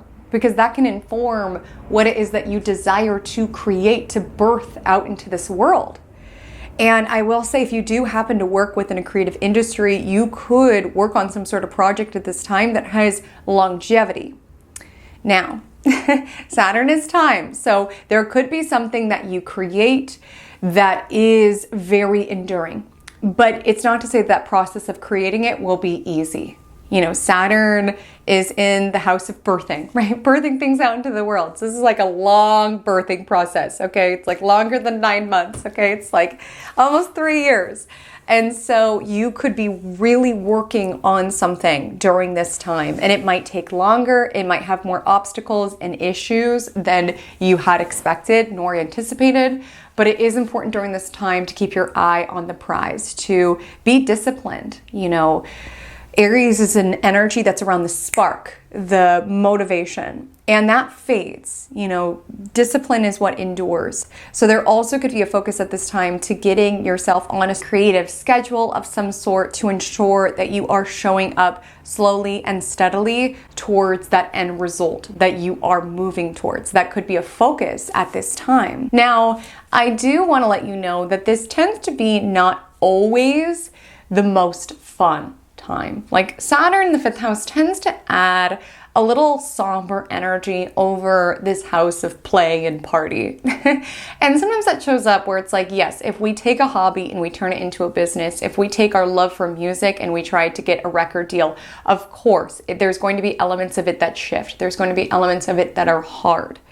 And you may not experience the same euphoria and the same bliss when you interact with that hobby, when you play music. That's not to say that it's not a worthy undertaking. It's just that you may experience a little less like, woohoo, just playing music, because now there's expectation or a pressure around it. Or you could just be doing the work to like master something. Maybe you've like tinkered around on the piano, you've tinkered around in ballet, and now there's an energy around, no, I want to master this. I want to get good at this. And especially with Saturn and Aries, some of you could get really competitive with yourself.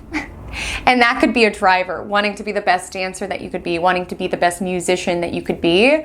And eye on the prize is super important here with Saturn and Aries. Like, play the long game, stay focused on it, show up day in and day out. You can really find that you master some sort of hobby at this time, or you create, like I stated, some sort of creative work that is enduring, as well as you know, with the energy of Aries, authentic.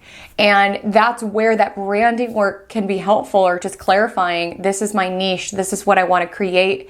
Because the energy of Aries acknowledges that it will not be for everyone. And you may need to pick a lane, not to limit your creativity, because a lot of you are Sagittarians, you can't help but to expand, but to really allow yourself to set up the structure so that you can show up, and to release any feeling around it.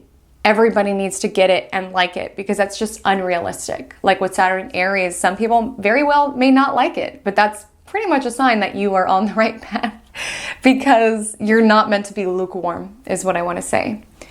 And with Saturn in the 5th house, outside of creative hobbies, I do want to share, this is partying, this is gambling. And this is not a time for recklessness, okay? This is not a time for gambling. This is not a time for unprotected relations, okay? If you catch my drift. Not a time for that, okay? Saturn is there, so really mind your impulses, okay? Mind your impulses if you have certain vices.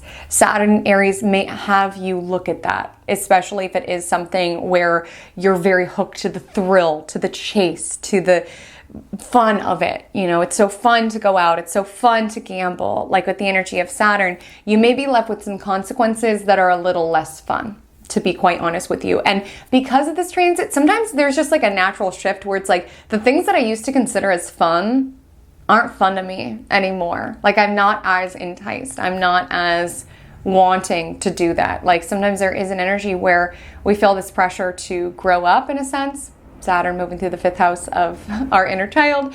But even beyond that, it's like we just feel like our hobbies are shifting, or things that we used to engage in that felt very carefree, it's like you might start to see the consequences around it, even if it's not related to you. Like one of your drinking buddies might, you know, get a DUI, or one of your gambling buddies might declare bankruptcy or something like that. That just like brings the gravity to the situation with Saturn around. It's all fun and games until it's not. And I am not to say that you're not going to have fun during this time. Listen, a lot of you are Sagittarians. You're going to have fun regardless, but be open to how your hobbies shift and really look at how it is that you have fun and contemplate if it is helping you in the trajectory of getting to where it is that you want to go. Some of you are doing inner child work with Saturn and Aries in the 5th house. You're really contemplating little you and how little you is influencing your life now.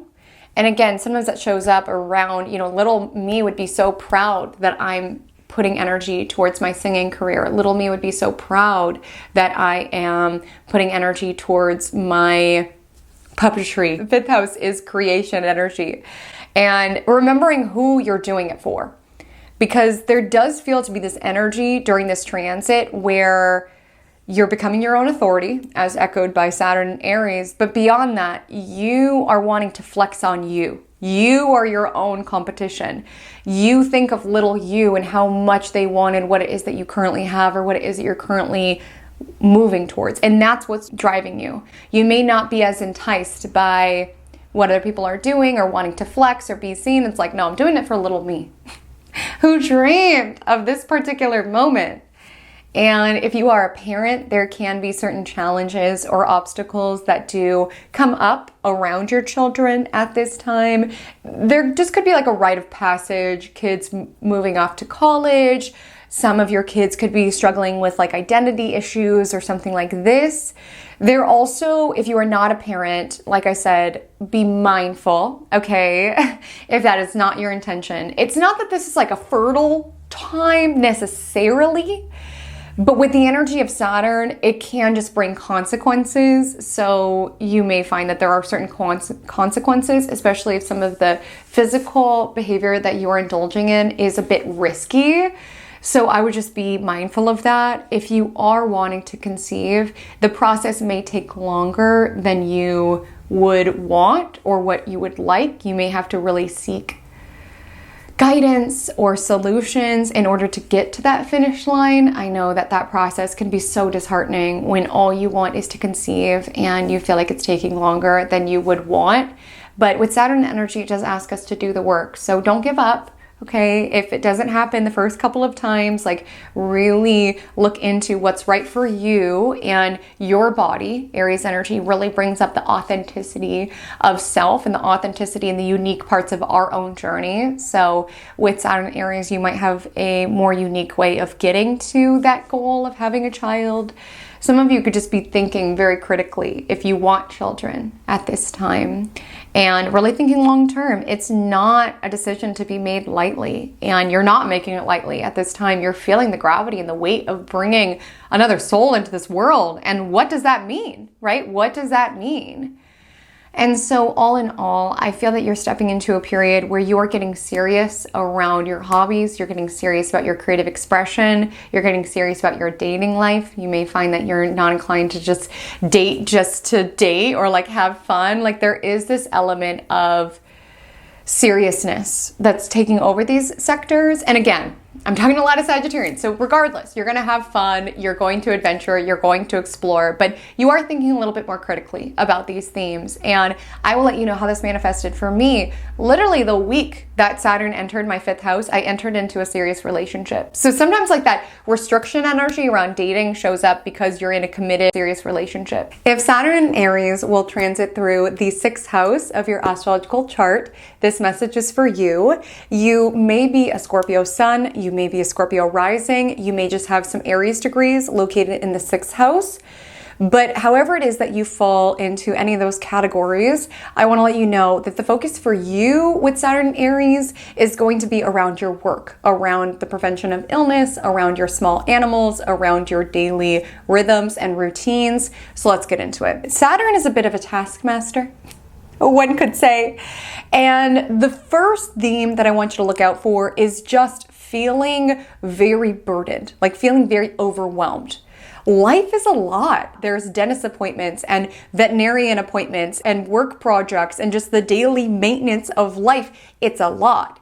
And with Saturn transiting the 6th house, you may experience this sensation of your to-do list feeling like it's never ending. You get 3 things done and 12 more pop up. You might feel like you are truly battling with time in order to take care of all of the different arenas of your life that might feel quite demanding at this time. And with Saturn in Aries, there is an ask to be very honest with yourself around how it is that you choose to use your time. Because if you have a tendency around, I'm always late, but it's everybody else's fault, and it's the traffic's fault, or this happened that made me late, Saturn Aries is going to make you look at that. If you feel like you don't have any time, Saturn Aries is going to make you look at any sort of time wasters that are within your schedule that are contributing to that behavior. I'm not saying that you're not dealing with actual obstacles and problems. Sometimes that is the case with Saturn transiting the 6th house, but Saturn Aries is going to ask you to look at the role that you play within how it is that you spend your minutes and your hours and your days, and looking for ways to streamline, to make more efficient, to prioritize the matters that are important to you. And this transit can be a bit frustrating at times because you can feel unappreciated. You can feel invalidated. You can feel like you're working harder than ever and not getting the recognition that you really deserve. If you are looking for a new job at this time, it's not to say that it cannot happen, but I have to be realistic with you and let you know that Saturn can bring delays or some challenges or hurdles to getting to better employment. Sometimes there can be scrutiny that comes from our coworkers in some way, or just us having to take on more and more work and perhaps being denied the accolades of the extra work that we are taking on. You will be rewarded at the end of this transit. I want to let you know that, because a lot of times navigating this, it's like, I feel like I'm working so hard and I'm not getting recognition. I'm not being appreciated. This is a time that really could set you up. Like Saturn, once it leaves the 6th house, it leaves the lower horizon of the chart, which is a little bit more private and personal. So you've been on this journey around really cleaning house, so to speak, or really dialing into the who that you are. And 6th house is what you do.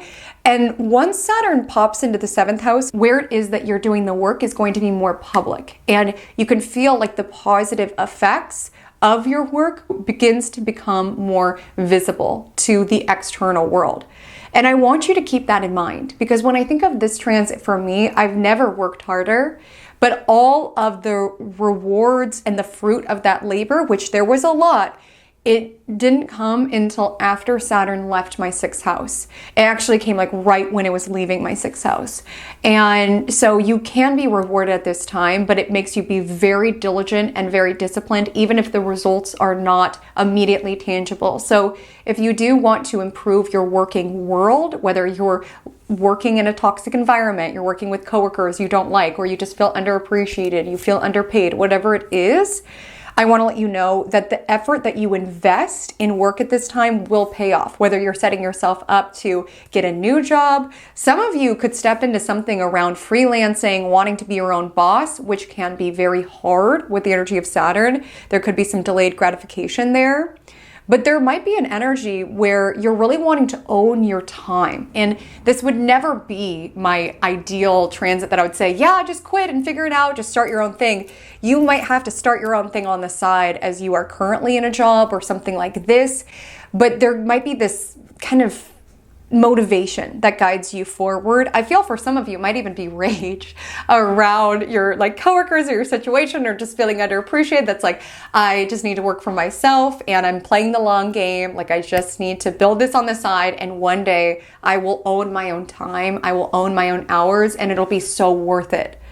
It's going to be important to keep your eye on the prize in that, especially if you are someone who starts things and does not finish it, or you utilize excuses around I would start my own business or start freelancing, but I don't have the time. Saturn Aries is going to make you recognize and realize that your time is your responsibility, and to be very stern with yourself around how it is that you're utilizing it.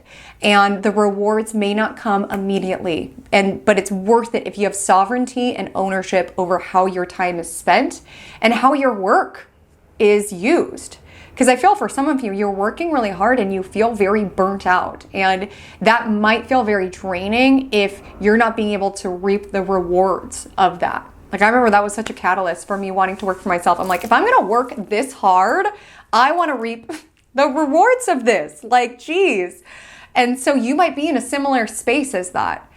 And it takes time. You know, I've shared this before, but in starting my own thing, just in case anybody else is going that road, you do not have to with Saturn Aries here. But in starting my own thing, I held on to my other jobs longer than I necessarily had to, just because I really wanted to build something solid and a foundation for myself so that I wasn't like in survival mode around something of my own. Because it is a lot of pressure. Like when you are working for yourself, it's like your successes are yours, but your failures are yours. And if you do not master your time and bucket energy towards what your time needs to go to, it will not get done. It really requires you to take accountability over every element of your life.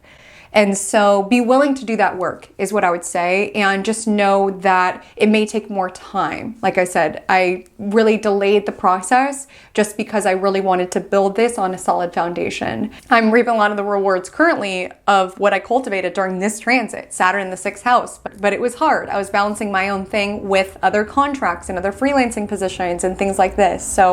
And this is a message likely just for one person out there, but I do see that there's a focus around tempering your impulses in the workplace. If you are someone who's very reactive, if you're somebody who wants to fight with customers when they sass you, again, I completely get that and no one should be disrespectful with you, but Saturn Aries might be a nudge where you're really having to breathe and play the long game. The response that you give this person is not worth it. Like, play the long game. Like, ultimately, the sweetest revenge will not be having a sassy comment to this customer or to your coworker. It will be you winning, whatever that means to you, whether it's leveling up at this company and not having to deal with these customers or these coworkers anymore, going off to work for yourself or what have you. That's what really winning is. What is immediately gratifying might feel like a win, but it's a loss in the grander scheme of things. And I do see that some of you could have some consequences if there is any anger issues within the workplace or just like impulsive behavior, or if you have a tendency to cut corners or do shoddy work. Like with the energy of Saturn, you may feel like your work is under a lot of scrutiny, criticism, and pressure. And you might be very sensitive to criticism at this time, even though it's being dispelled. And of course, the natural response that we have when someone criticizes our work is we go on the offense, right? Especially with Saturn and Aries.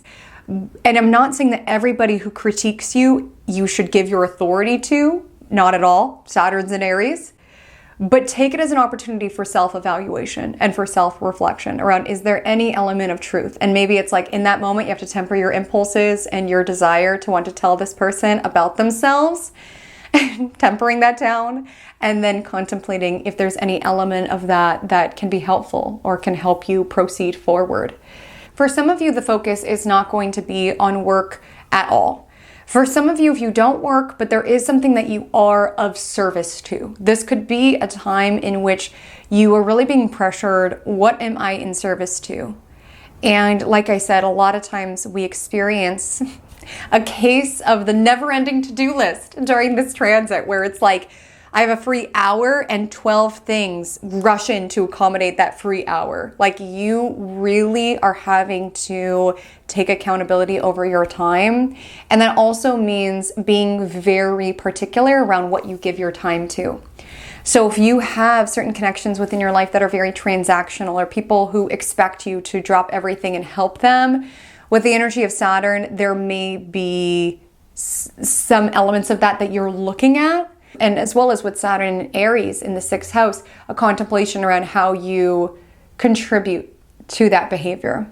Because again, I'm not saying that people should take advantage of you or should take you for granted or what have you, but you have to also look at your role in that and why these people feel so comfortable treating you that way and why it is that you're accepting and tolerating that. Like some of you, I'm seeing that you're actually enforcing some boundaries over your time and your service. Others of you, the focus is on your health, and this is really a time to be very strict around getting to the bottom of anything that's confusing. And this is really a time to be very intentional around preventative care, advocate for yourself. If a doctor is not believing you, believing your symptoms, take it upon yourself to seek out other opinions. I know that's so frustrating how often the medical industry can gaslight us, but with Saturn and Aries, it's recognizing this is my body, this is my life, this is my health, and taking charge of it,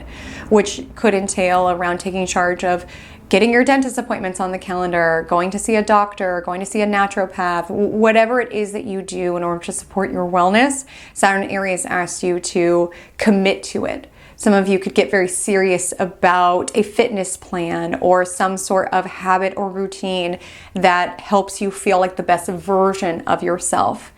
With Saturn transiting here, you may be thinking very critically around nutrition. If you have had any flare-ups within your body, you get rashes or something like this, there could be a need to look at your diet, look at what gives you more energy versus what takes it away, because sometimes with Saturn in the 6th house, we do feel a little bit more drained, a little bit more exhausted. And Saturn in Aries, again, it's a draining and exhausting world, absolutely. But where can you be accountability over your daily decisions and how that adds to the overall energy and vitality in your life, or how it takes away from the overall energy and vitality of your life. If Saturn will transit your 7th house of your natal chart, either by solar houses or actual houses, this reading is for you. You may be a Libra sun, you may be a Libra rising, you may not be a Libra sun nor rising, you may just have some Aries degrees within your 7th house. Either way, your relationships are being put under a microscope during this transit. And particularly with Saturn and Aries, your role within your relationships.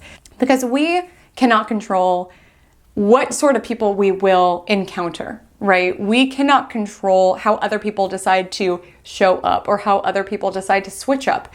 We have no control over that. All you have control over in this lifetime is how it is that you decide to show up. So when you exit out of certain relationships and you're like, they were the problem, they were crazy, they were toxic, it's not to say that there's not elements of that were true, but you deny yourself the opportunity to really learn from that experience around what could have I done differently there. Because the thing about Saturn is that if we do not master a lesson, it repeats. So if you feel like you've been in a cycle where you keep being committed or marrying or dating the same person, just like with different faces and different names, and you're like same patterns and tendencies, at that point, it's time for some reflection and to really look at where are the conscious or subconscious patterns of my own impacting who it is that I choose and how it is that I show up within my relationships. I am not saying you are at all at fault for the people that you may have encountered within your life. And honestly, for some of you, the people that you will encounter throughout this transit, we'll talk about it in a second. I am not pushing all of that blame on you, but Saturn is asking you to take responsibility for your role in your connections and in your relationships, so that you really set up the foundation of your connections on solid ground so that it can really thrive. And that you can choose partners that are an honest reflection of you. Like with Saturn and Aries, the authentic, unique soul that you are. I heard a piece of content once, and I don't know where exactly I heard it, but the individual had shared a good way to tell if you're in the right relationship or not is to imagine. Let's say someone comes up to you and says, "You're just like your partner." Would that be a compliment to you? And again, it's not saying we have to be exactly like our partner. Like, I think there's a lot to be said around complementary personalities. A lot of you are Libras, like that balance energy. But really contemplating, does this person uphold or at least match my energy, match my freak, so to speak, where maybe they have different skill sets and their personalities are different, but our morals are the same. And this is someone who really reflects who it is that I am. If you find that you get a lot of responses when people meet your partner around like, why are you with this person? Or something like that, again, to each their own, but know that who it is that you decide to bind yourself to in this lifetime is a reflection of you. And so if your person is continually out embarrassing you and has morals that you are not about and has no ambition, or you guys don't want the same thing, like Saturn energy can be you take a very critical look at who it is that you're connected to and recognizing this is not meeting my energy. This is not matching my freak. And also, like, maybe you do feel like this person is on your level, like energetically, vibrationally. I'm not saying people are better than the others, but someone who is a reflection of the person that you are. But you don't feel like you can be fully yourself. You feel constantly criticized or moderated. With Saturn and Aries, it is around someone who allows you to be yourself. So that also might be a connection that you're looking at if you feel like you're being constantly censored, being pressured to be different than how it is that you are. And it's not to say that this transit is around, I am who I am. And if anybody has a problem with it, that's their problem. Because honestly, Saturn and Aries is a time for self-evaluation. You might be thinking very critically about the partner that you are. I mean, a lot of you are Libras, so you're pretty good at partnership stuff, but you might be really thinking about how am I showing up for my partner and where can I be doing better? Like, really, it takes two to tango. It takes two to build a solid marriage. It takes two to build a solid relationship. Like, what is my role in this? And if my marriage is going through a rough spot or my connection is going through a rough spot, how can I show up and also do the work? Because Saturn energy does ask us to do the work.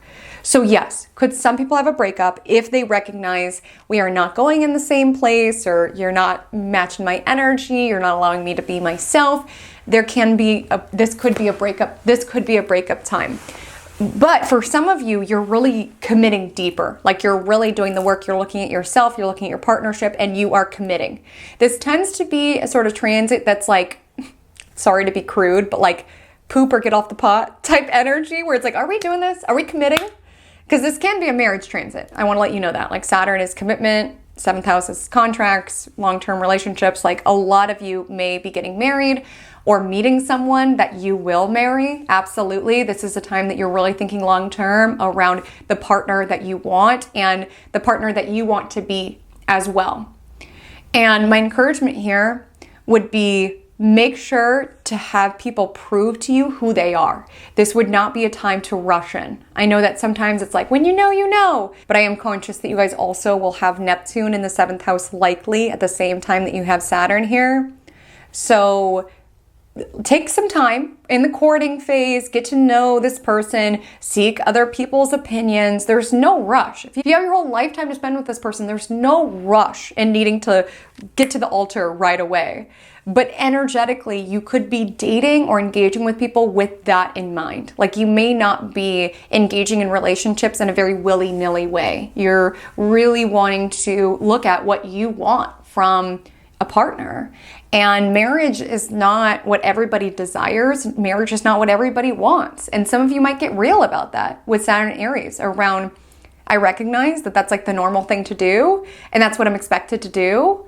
But that's not right for me, and that's not right for my path, and that's okay. Saturn here can also be an energy, if you are single, where you're like, I value my peace too much to potentially get entangled with the wrong person. Like, this might be a transit that you're doing your own thing. You know, sometimes we do feel a little bit more pessimistic or lonely with Saturn transiting the 7th house, because there's not a lot of lightness when it comes to how it is that we engage with others. There is this heaviness at times, which can sometimes show up around you really getting very clear around what you want in a partner. Sometimes feeling like finding the partner that you want, that there's some delays or some hard lessons to metabolize as it relates to one-on-one connections. Some of you may meet someone at this time who either there's some karma to play out. Some of you might even have someone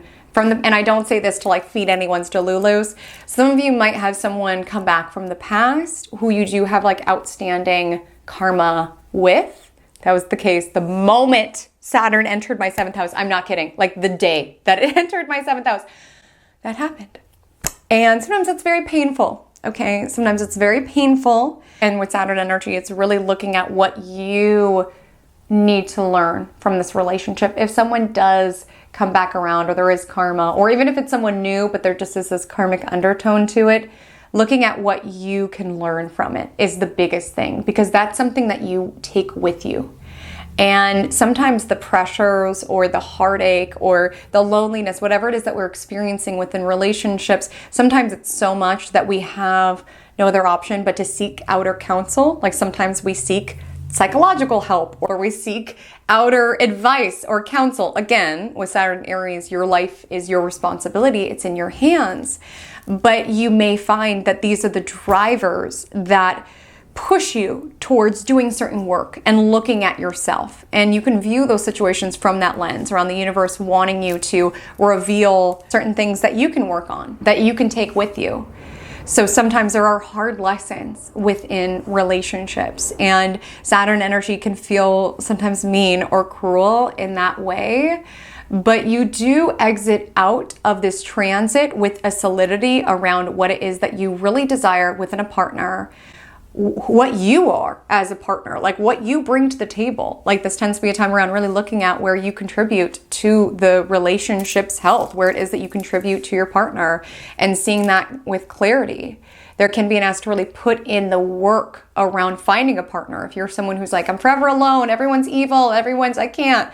Saturn Aries making you look at yourself around, am I putting myself out there? Am I trying to find a partner? Am I trying to find a mate? Am I, giving up? Saturn Aries is around, if that is something that you desire, if Saturn makes you look at that and you're like, no, I do want to get married, I do want to commit to somebody, Saturn Aries is around, okay, well, what are you doing to take that into your own hands? It might take time. It might take you being very realistic. It might take time with Saturn. It might take you being very realistic. It might take you being very practical. But this can be a time that a lot of you do enter into a serious commitment if that is something that you desire. Now, I do want to note how I've seen this manifest very practically within my clients' relationships. Oftentimes, if it's not, we're going to couples therapy, there's issues that we are working on. Sometimes there's something happening within your spouse's life that's a little heavy, that's a little hard. They're dealing with issues with their parents, or work's really stressful for them, or something like this. And you may need to support this person a little bit more or put more energy towards it. Sometimes we can feel a little underappreciated by our partner with Saturn in the 7th house.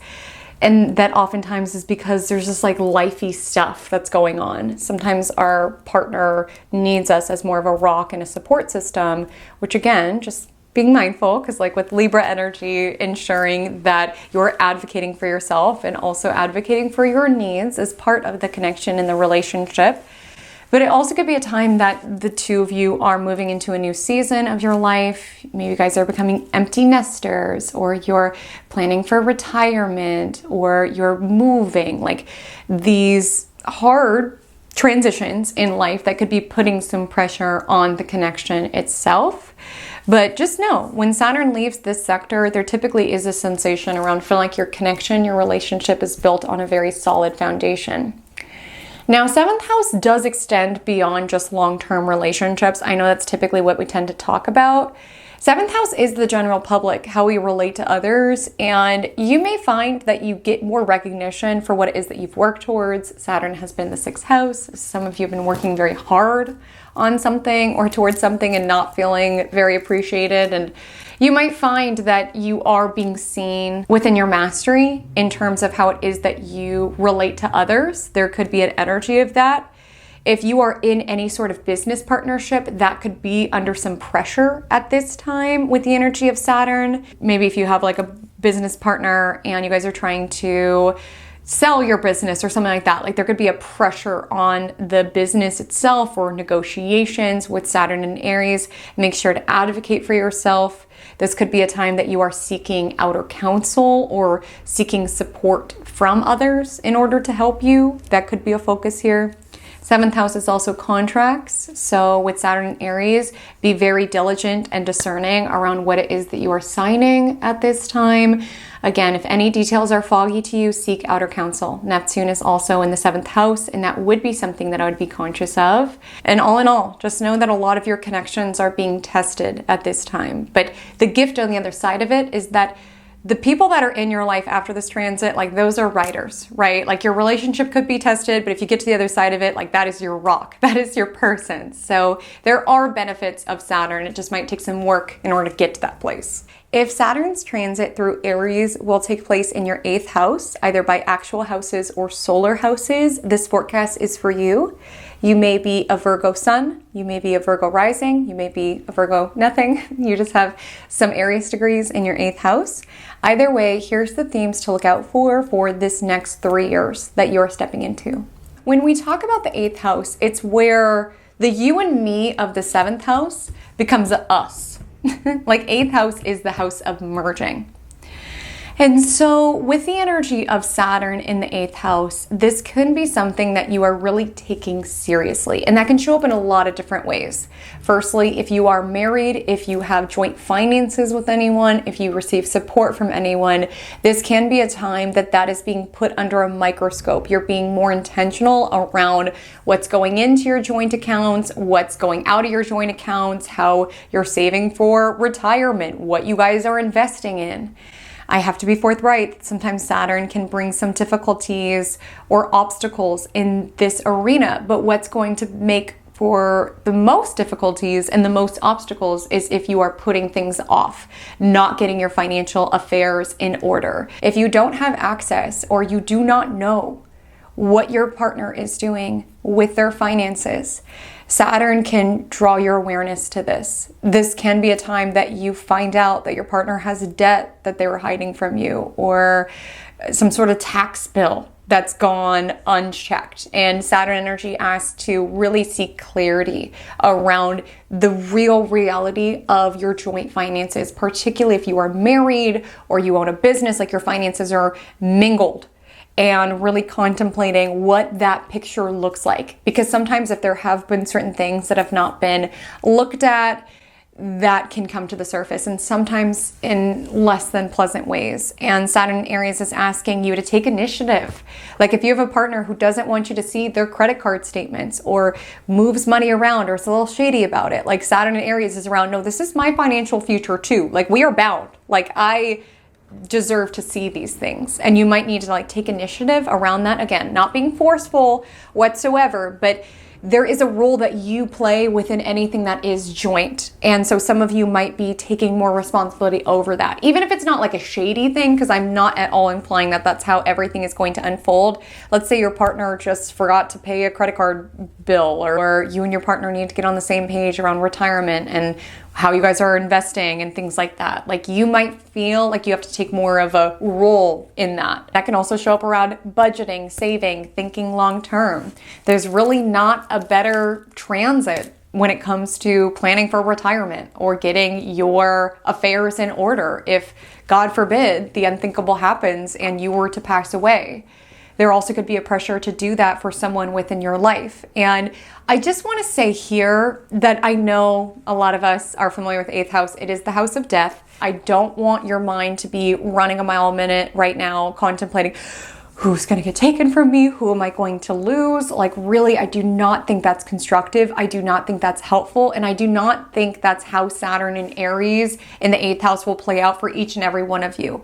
Could some of you be thinking more critically about the fact that you will pass one day? Could some of you be navigating certain grief or navigating loss or even preparing for loss in some way, whether that's getting your retirement in order, your end of life affairs in order, getting a family member's end of life affairs in order? Absolutely. I don't think it's helpful to step into this and be like, who's it gonna be? Because in all actuality, that's not how astrology works. One particular transit is not going to show up in this end all be all way for every single one of us. Oh, and even if death does not weave into your reality, a lot of times it's just this energy around recognizing that there is an urgency to really live while you are alive.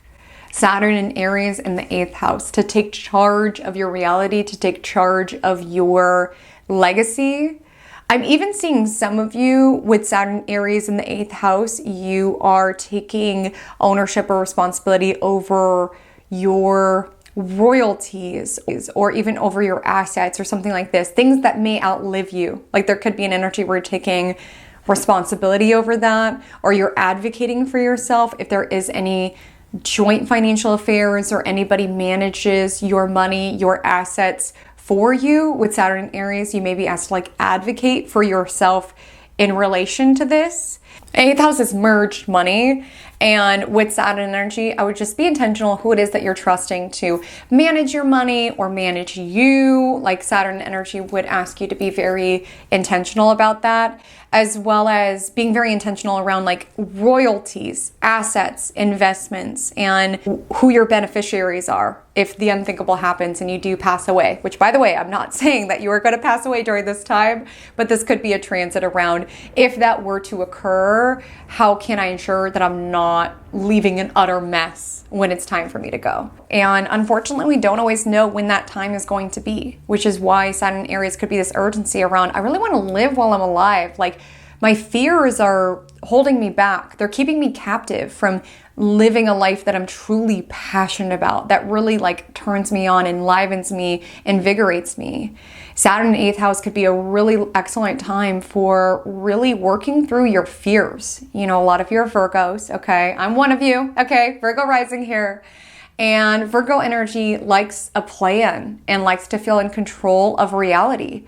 And this is a transit in which you're going to feel a sensation around, I really don't have as much control as I think that I do, or what's comforting for my ego to reassure me of.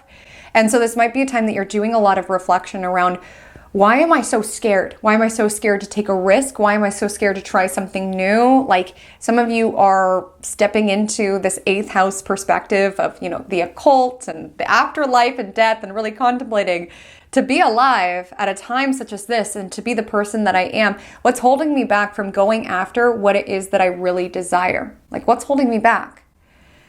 But the interesting thing about this is that with Saturn transiting the 8th house, some of you may feel like your desire nature shifts. Like you could have really wanted things, then you go into this transit and you recognize that you don't want anything that doesn't want you, if that makes sense. It's like, I don't want to chase a destiny if that's not in my destiny. And it's not offloading responsibility or deflecting around, if it's meant to happen, it'll happen, because Saturn Aries by its own definition asks us to take ownership of our lives. But it's more so this energy around, if you feel like you're swimming upstream or fighting something or forcing something, or you've wanted something so bad and it just isn't clicking into place, there just could be an energy of surrender that you step into around, okay, universe, show me what desires me as much as I desire it. Because I believe that. I believe what it is that we want and what it is that we're meant for wants us as much as we want it. Truly. And so if you feel like you're forcing something, trying to get puzzle pieces to fit where they don't fit, there might be an energy of surrender where you're like, all right, universe, I had my plan, I had my idea around how I thought things were going to unfold. You show me your way. And you might find that when you release control, what comes into alignment for you is even more beautiful than you would have designed yourself.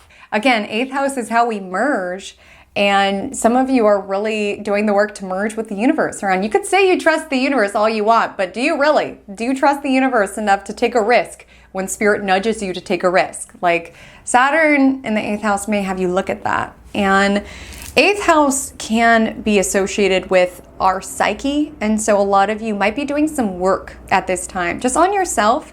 Like I said, on your fears, on your limitations, on your intimacy as well can come up for review during this time.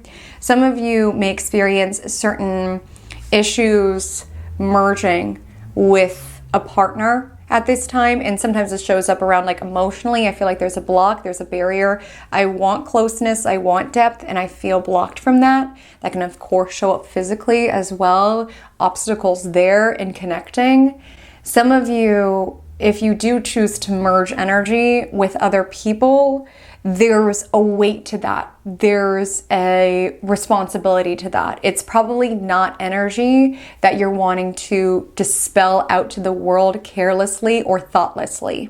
And of course, that shows up physically, like who it is that we choose to merge with in that way. But even beyond that, 8th house is just energetically how it is that we merge with others. And a lot of you may learn a lot about energetic maintenance at this time around recognizing the toll that your body takes when you do merge with others. Yes, physically, but even if you're just spending time with someone or absorbing their issues, absorbing their problems when they kind of dump something on you, with Saturn and Aries, there might be elements where that shows up within your body, where it's like you get rashes after spending time with this particular person, or you have a pit in your stomach after you are in the bedroom with someone. Like, you might be really feeling the effects that it has on you when you do merge energy with others, because your body will tell you everything that you need to know on if someone is good to merge and exchange energy with or not. And it's not saying that they're bad. It's not saying that you're bad. Just sometimes people are bad for each other. And sometimes the way that you merge and give your energy is not a healthy usage for you and the person that you are with Saturn and Aries. And so Saturn and Aries could really make you look at that and the toll that it takes on you when you do merge in with others. Like, how we merge in with others and how we come back into our own energy, that tells us everything we need to know. So whether you are entangling with other people physically or emotionally, spiritually, financially, Saturn Aries is your invitation to take a step back. I'm not saying you have to release yourself from any of these things, but ground down into your own energy. Really tap into, do I feel more energized after I sleep with this person, or do I feel more drained? Do I feel more excited about the future of my business now that I've merged with this business partner? Saturn energy could make you kind of like step back and really question how it's affecting you with Saturn and Aries. Like, 8th house might be the we, but the we affects the me. And Saturn Aries is making you think about the you of it all, the me of it all. And some of you might recognize that and some of you might be doing some work at this time to disengage from any financial partnership that has not been beneficial. This can be a transit. I'm not putting this out there for every single person, but sometimes it can represent a time of a division of assets, a long drawn out divorce, dividing a business partnership, dissolving a business partnership. If that is the case for you, the process may be long, it may be arduous, and Saturn energy is asking you to really advocate for yourself with Saturn and Aries, as well as play the long game, right? Don't resort to being petty or seeking to cut corners or to hide assets or hide money. Saturn's working with you, so I'd be cautious there. And on that note, I would also be mindful as it relates to loans, debts. Before you accept money from anything, really understand the terms of that agreement, because sometimes Saturn energy, we are in for more than we realize that we were. It's honestly not the most favorable time in the world to get a loan. It can be a very helpful time to deal with debt, to relinquish debt, something like this. For others of you, this can be a time that you're really wanting to dive into the occult, taboo matters, what's beneath the surface. You could take a vested interest within psychology. Again, you could take more ownership of your own psychology or something like this, really wanting to understand your shadow self, really wanting to understand the mysteries of the universe, something like this. If Saturn's tour through Aries will impact your 9th house, this portion of the video is for you. You may be a Leo sun, and this is your 9th house via solar houses. You may be a Leo rising, or you have some Aries degrees within your 9th house. But wherever it is that you fall within those categories, Saturn and Aries for you is around really establishing your belief systems.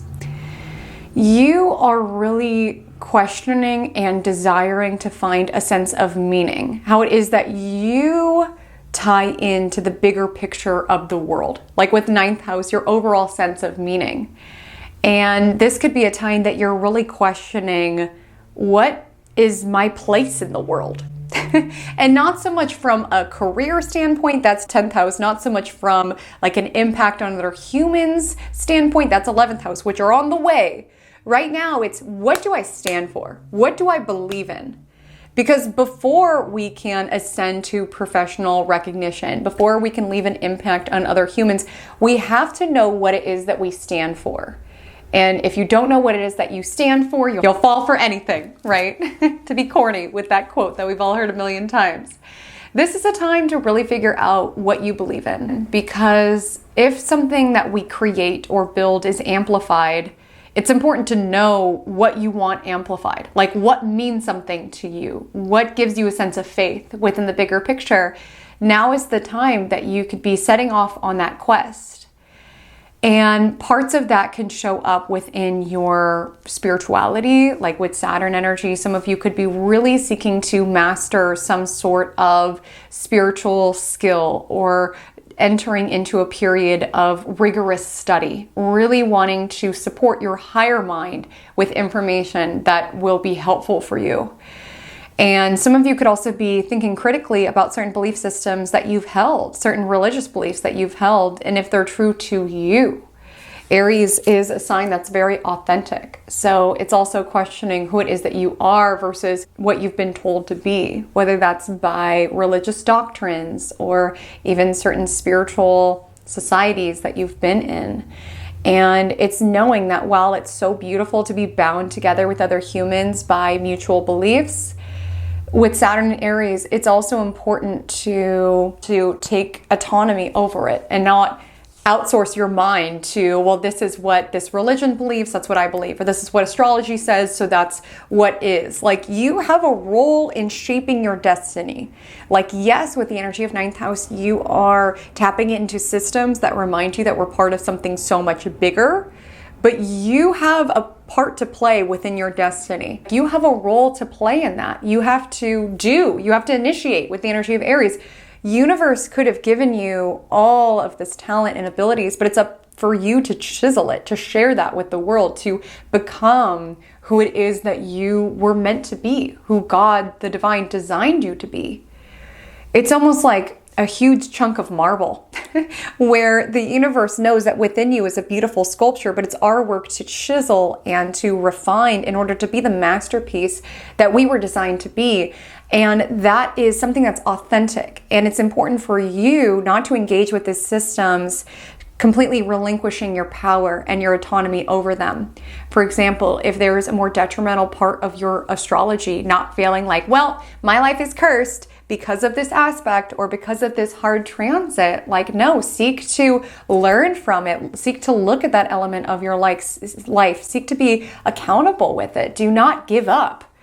And sometimes we engage with these systems and we give up, whether what's the point? I'm just cursed anyway. Or if you join a religious institution, a spiritual institution, allowing your mind to be outsourced around whatever it is that they believe is what I believe. You have a role to play. And sometimes that's around, I'm a part of this church, I'm a part of the spiritual community who maybe they don't like astrology, but I do. And that's just a unique way of how it is that I construct my faith and my belief. Other people don't need to like it or agree with it, but that's what's important for me. And there might be certain things that are happening at your church or within a spiritual society that you are calling out, that you are whistleblowing around, that's not ethical. And if you do work in a spiritual industry, you could do so with this extra weight around really feeling the effects of your actions. And so knowing the responsibility it is to do something like this. Like, when you are guiding other people spiritually, it is not something that you can do willy-nilly. It can lead to detrimental impacts on people's lives if you do not take the full ownership and responsibility of the role that you play within other people's worlds. And that also shows up around you doing the work. You know, this could be a time if you're preaching one thing and practicing another. Saturn energy could bring some obstacles or some challenges in that arena. Do you live what you believe? Do you live out who it is that you are? Are your belief systems constructed in a way that are supportive to becoming more of who it is that you are? This will come under scrutiny. There can be challenges, difficulties with travel, but a lot of you might be putting in the work in order to expand your horizons, wanting to travel. Some of you might travel with a certain aim in mind, or because you have to, like with Saturn energy, in order to do business with another country, or in order to get a certain certification, or you might go to school abroad or something like this. Even if you're not going to school abroad, some of you are entering into academia, you are getting your master's degree, you're getting your PhD. There's a desire to acquire wisdom. But it's also knowing that while you are seeking information and wisdom, there's a role that you play around still being discerning, right? If your professor says something and you have a different perspective on it, like advocating for your position, not in a snarky way, but knowing that as you engage with your education, like you have a role to play in that. So don't offload or outsource your responsibility within your education. Like if you use, this has nothing to do with technology, but let's say if you use ChatGPT to write your papers, like with Saturn and Aries, it's like, what is the role that you are playing within your education? Are you really learning?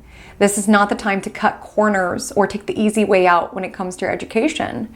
Others of you might look at it and realize that's not true for my path. That's not what it is that I desire to do. And that's completely okay. It's your life. Make the decisions that are the best for you. All in all, house-wise, this is not the worst house for Saturn to be transiting through. Like if you do have Leo placements, Saturn's making a nice trine to your placements at some point from now to 2028. So it's not necessarily as heavy and crushing as Saturn's journey through other territories. It's just important that whatever it is that you step into, you do so feeling very aligned with self.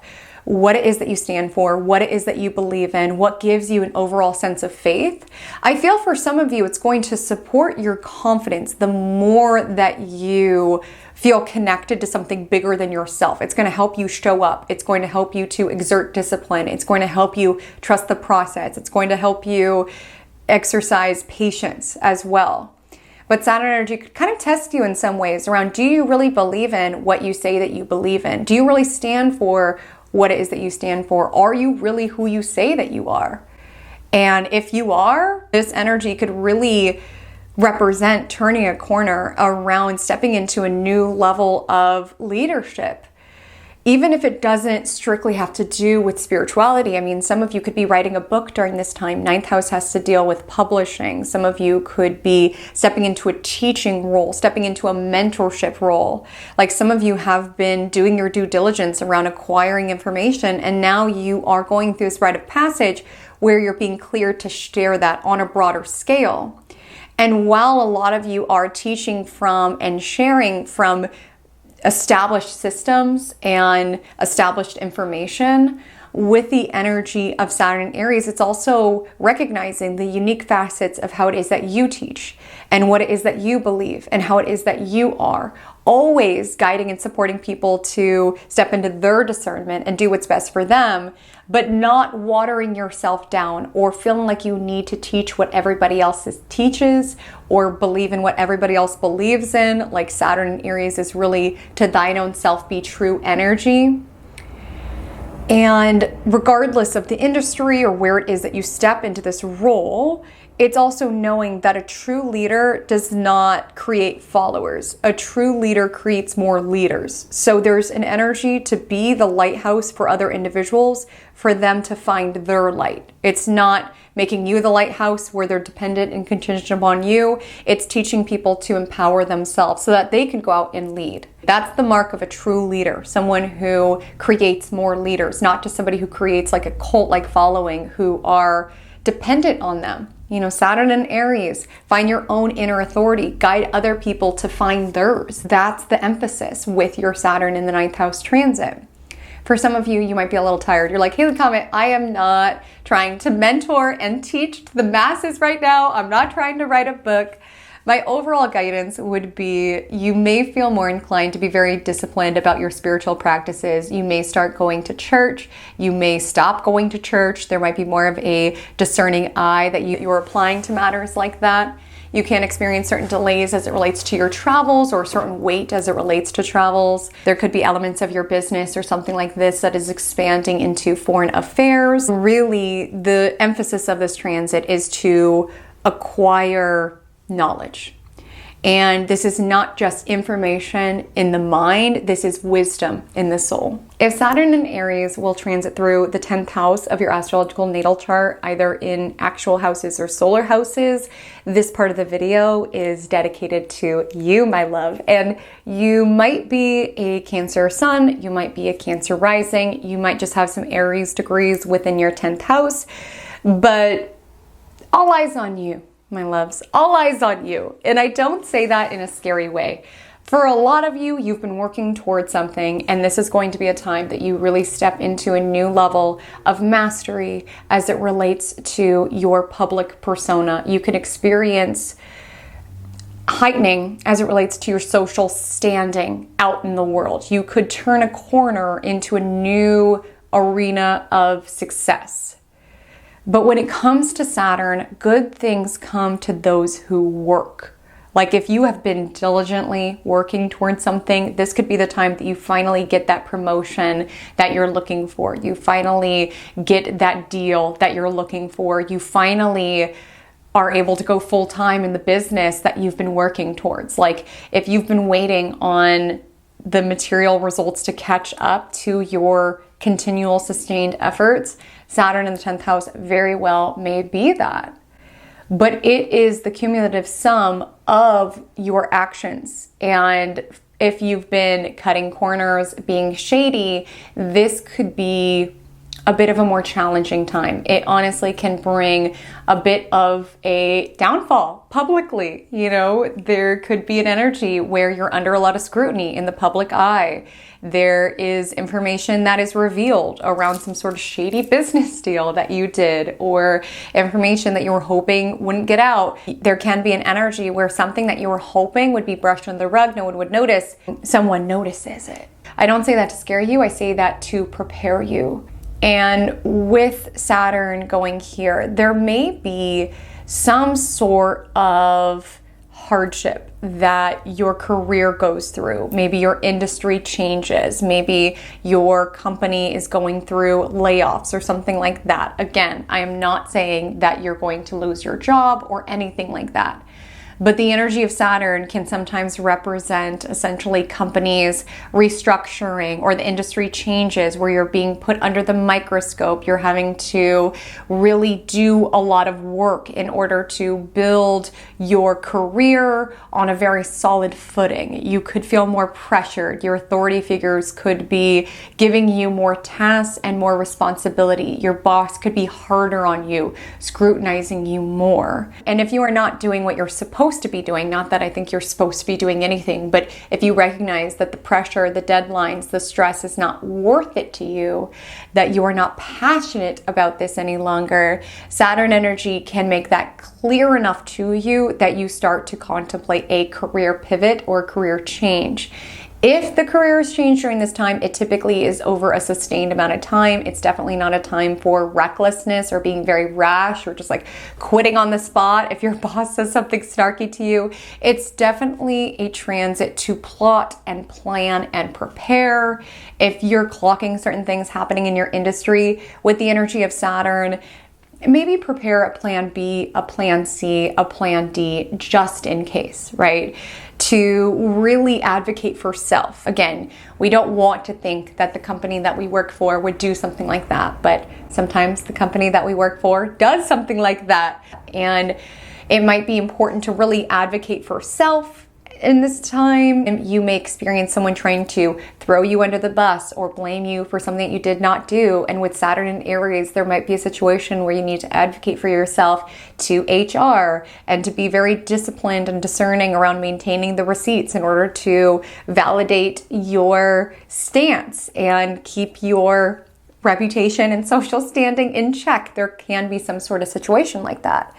But like I said, for a lot of you, you're stepping into this new era of mastery. Some of you can shift into being self-employed at this time, taking full accountability and responsibility over your career, over your time, which can bring high rewards and high risk, okay, with the energy of Aries. And you're having to take responsibility and accountability over all of that. And there could be, if you work for yourself, I'm not going to lie, while you could turn a corner succeed, enter a new level of mastery.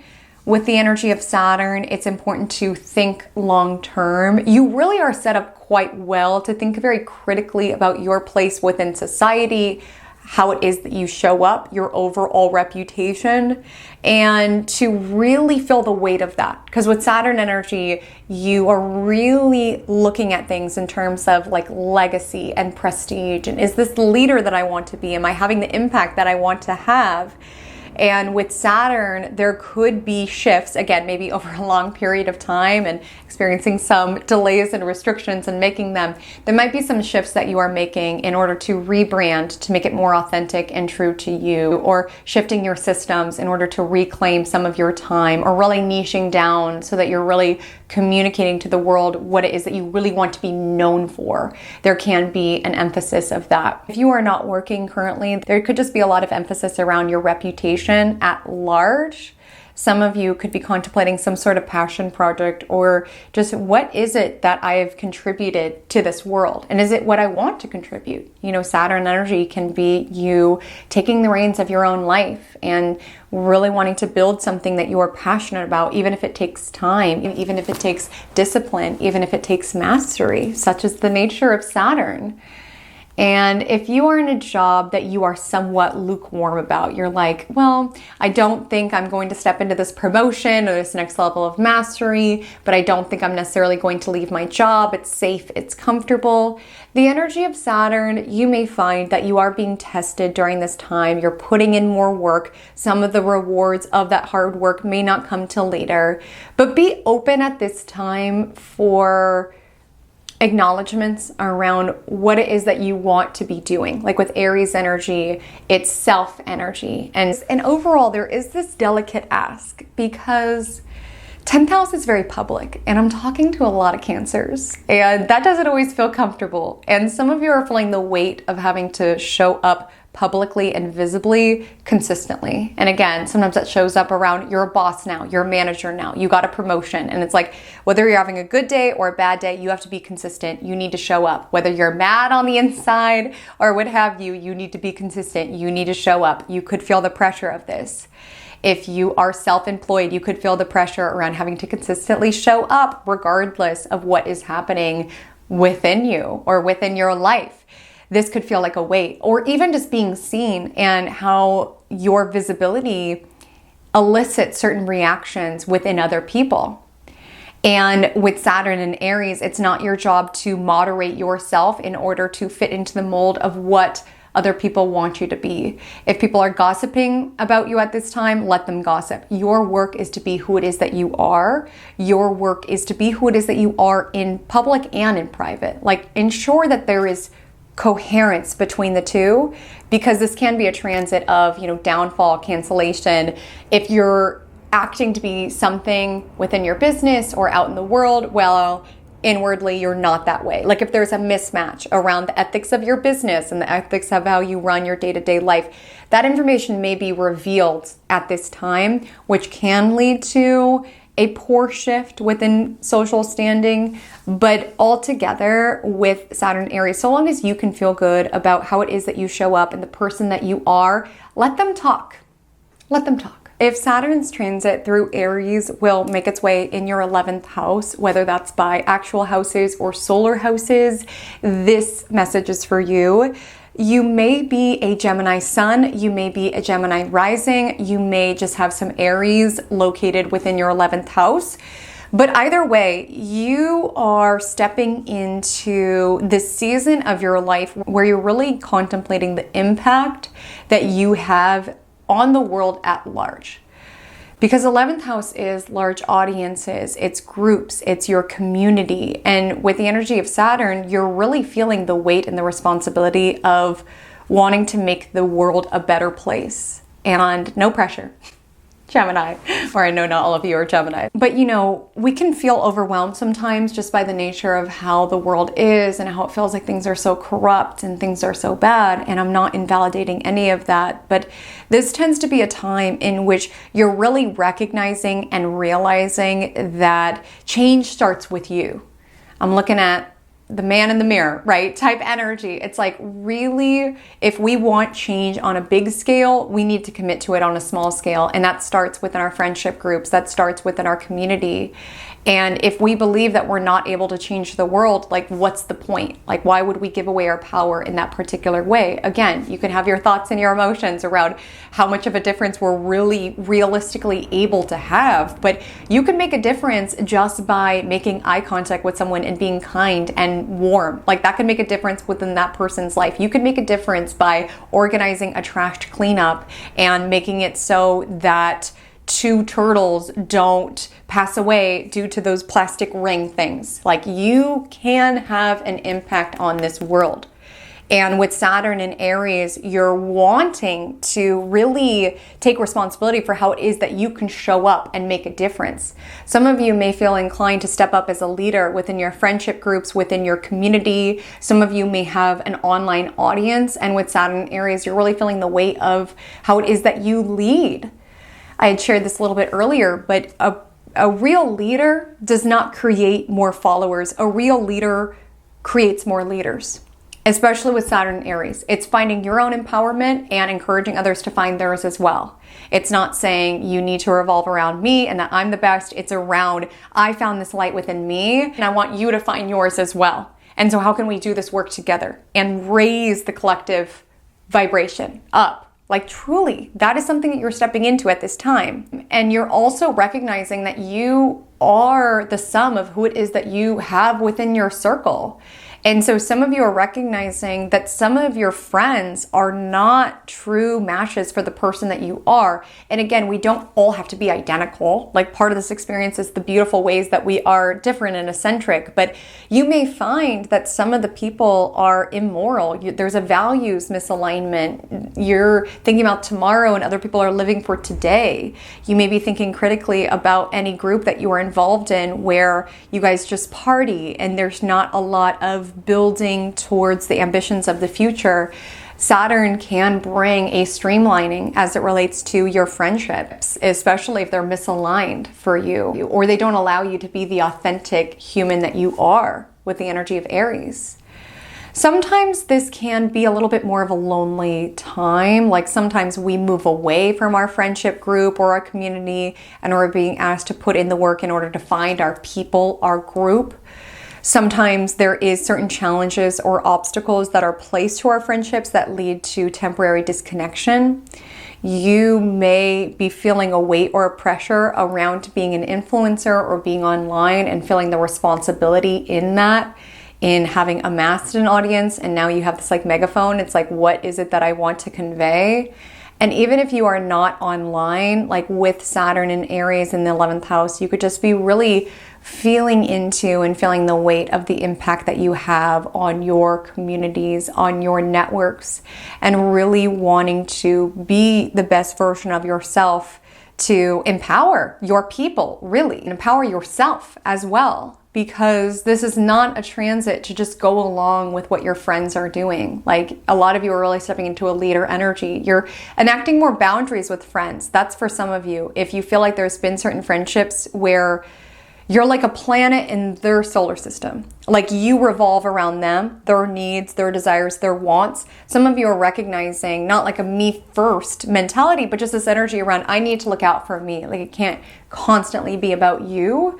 And with Saturn energy, you might put some more barriers or boundaries in place in order to be more discerning about your people. 11th house also governs our future. So I spoke in terms of like the collective future, but I also just want to drive home that you have a destiny, surely, but you have a role to play within your destiny. If you have desires, if you have hopes and dreams of things that you want to accomplish, it's up to you. If it is to be, it is up to me. Saturn and Aries in the 11th house. And if you are someone who starts things, I know I'm talking to a lot of curious Geminis who have a lot of different skill sets and interests. And Saturn Aries may make you get very clear and streamlined. What is it that I want to desire? What can I commit to? What do I not want to commit to? I can't do it all in life. Saturn energy makes this clear. So what do I really want? And it's beyond even just what do I really desire. It's like the energy of 11th house. Where do I want to go? What will I consider a success in this life? And how can I set myself up via the diligence and the discipline in order to get to what it is that I want? There can be a heaviness at this time around wanting to prepare for the future, plan for the future. This can be a time that you're investing more energy around networks and associates and colleagues. Some of you could even reap the benefits of being very diligent around cultivating your people, your networks. But just know, Gemini, that the road to success is not peppered with our own excuses. And if we are surrounded by people who also live their life in excuses and how the world's so mean and what's even the point, how are we possibly going to be on a trajectory to better our lives and better our planet? But just know that while this is a transit around autonomy and finding your autonomy, you are affected by who it is that you're around, and how is it that you're going to change the world if you're surrounded by an echo chamber of people who don't see the point in trying. And so it's taking ownership over your reality and potentially investing in the communities and the groups of people who also take ownership over theirs as well. If Saturn in Aries will make its way through the 12th house of your astrological natal chart, either in actual houses or solar houses, this message is for you. You may be a Taurus sun, you may be a Taurus rising, you may just have some Aries located in the 12th house. Either way, you are stepping into an interesting period of time. So I want to note firstly that Saturn rejoices in the 12th house if we're talking house joy. If we're talking house joy, Saturn is considered to rejoice in the 12th house. That doesn't make it a joyful time, okay? That's not what I'm insinuating, but there is somewhat of an affinity between these themes. And this can be a very important time of your life, but it also could be a very confusing time of your life. There is a nudge of focus and a push at this time to bring what may be hidden to light, at least to yourself. Like, this could be a time of honest self-evaluation and recognizing the part that you play in your world, where sometimes things feel like a mystery around, I don't know how I keep finding myself in this situation.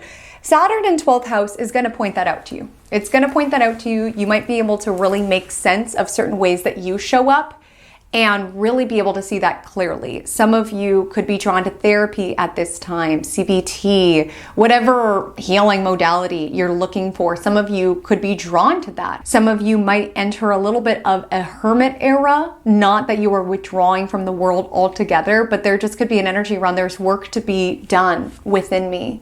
And it really is around doing the work of anything that you do to self-sabotage with the energy of 12th house, any escapist tendencies that you have, as well as any way that you ensnare yourself. You know, it's important to note that 12th house governs confined places, prisons, and asylums. And you're not ending up in those places, don't worry, at this time. But it's important with Saturn in the 12th house. Where do we make ourselves a prisoner with our own lives? Where do we feel stuck? Where do we feel stagnant? And it's not that this particular slice of your life is about necessarily all of this work that you're doing inwardly showing up externally, but there will be a nudge around recognizing psychologically where you keep yourself held back, where you keep yourself stuck, where you try to keep yourself safe in ways that are ultimately not in alignment with your fullest empowerment. This is a time of deep, radical accountability and honesty with yourself. Honesty with any sort of self-sabotaging behavior, anything of self-undoing. If you have any anger issues, if you have any impulse issues, if you have any ways of coping that are not good for you, this may be a time that you are looking at it. This can be a time of clearing space within your life, and that can show up psychologically around what am I holding on to that I am ready to release, that I'm ready to no longer mix my identity in with Aries here. But you also could be ending certain seasons of your life. There could just be a natural kind of season finale type energy in your life where this could show up around, you know, you're moving, you're letting go of a relationship, you're graduating college. Like, again, this is not the territory that governs those things, but it does represent endings a lot of times. So there could be an energy where you are grieving, you are letting go, you're releasing belongings, you're releasing an old identity, you're releasing an old side of yourself You know, you really are releasing an entire Saturn cycle if we really want to get into it. Because after this transit, Saturn will enter Taurus, which for a lot of you will be your sign and be in the first house, which is around self. And that represents an entire rotation. So you're wrapping up an entire Saturn cycle. And so there could be an energy around closing a chapter and preparing psychologically, subconsciously to enter into a new one. Some of you could be finding your identity through releasing the hold that you have on your identity. Let me be clear. This transit can represent a bit of an ego death to a certain degree, because 12th house is where it is that we dissolve into something bigger than ourselves. And so it's kind of like this disintegration time, like when Saturn enters your sign, you know, come 2028, or when it enters your first house, that's like reintegration time around who am I? How am I seen? This is around who am I not? And how can I connect to spirit and source and recognize that I am part of something so much bigger than myself? And that could be freeing, to recognize that you're part of something so much bigger, and to perhaps loosen the hold that your ego has on you, especially if you are very hard on yourself. There's certain failures that you beat yourself up for that you've not been able to psychologically move on from. This could be an energy around, in this big, wide, wonderful world, and this soul that I am, why am I keeping myself trapped with self-deprecation, with self-hatred? Like, some of you could free yourself in that sense, as well as really releasing any sort of prideful need to be seen and validated for your efforts. Really cultivating that from within can be a focus at this time. This could be a powerful time for dream work. 12th house does govern our dreams, our subconscious mind, and you really can find a lot of ahas at this time about the way that you are. Like, your dreams could have certain messages for you. Spirit could have certain messages for you. It's important to step into this period with humility.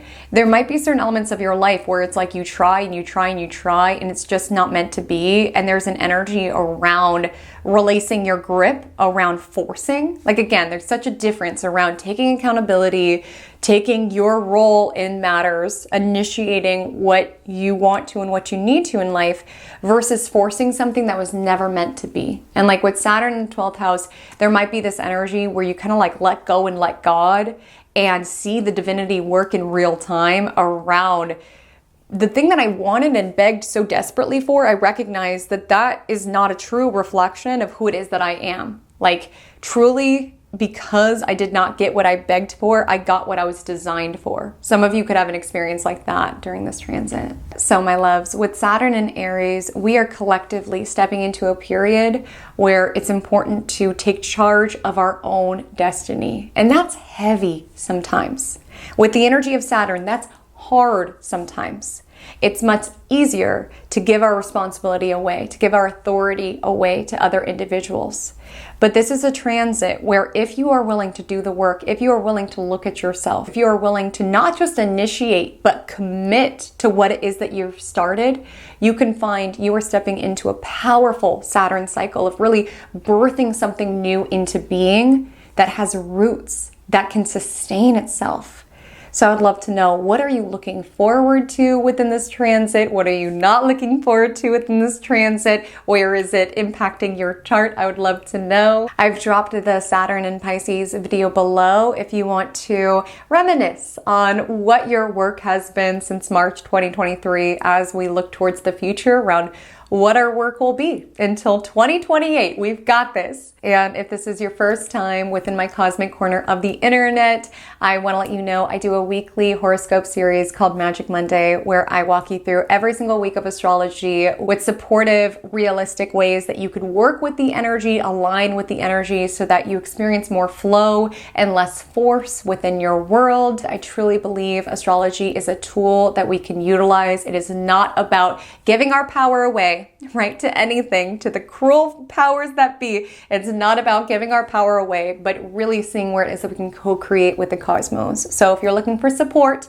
throughout this Saturn and Aries transit, I'm here every single week. My Instagram handle is at Haley Comet Astrology. My TikTok is the same. I would so love to connect with you over there. And until we meet again, drink lots of water and stay cosmic.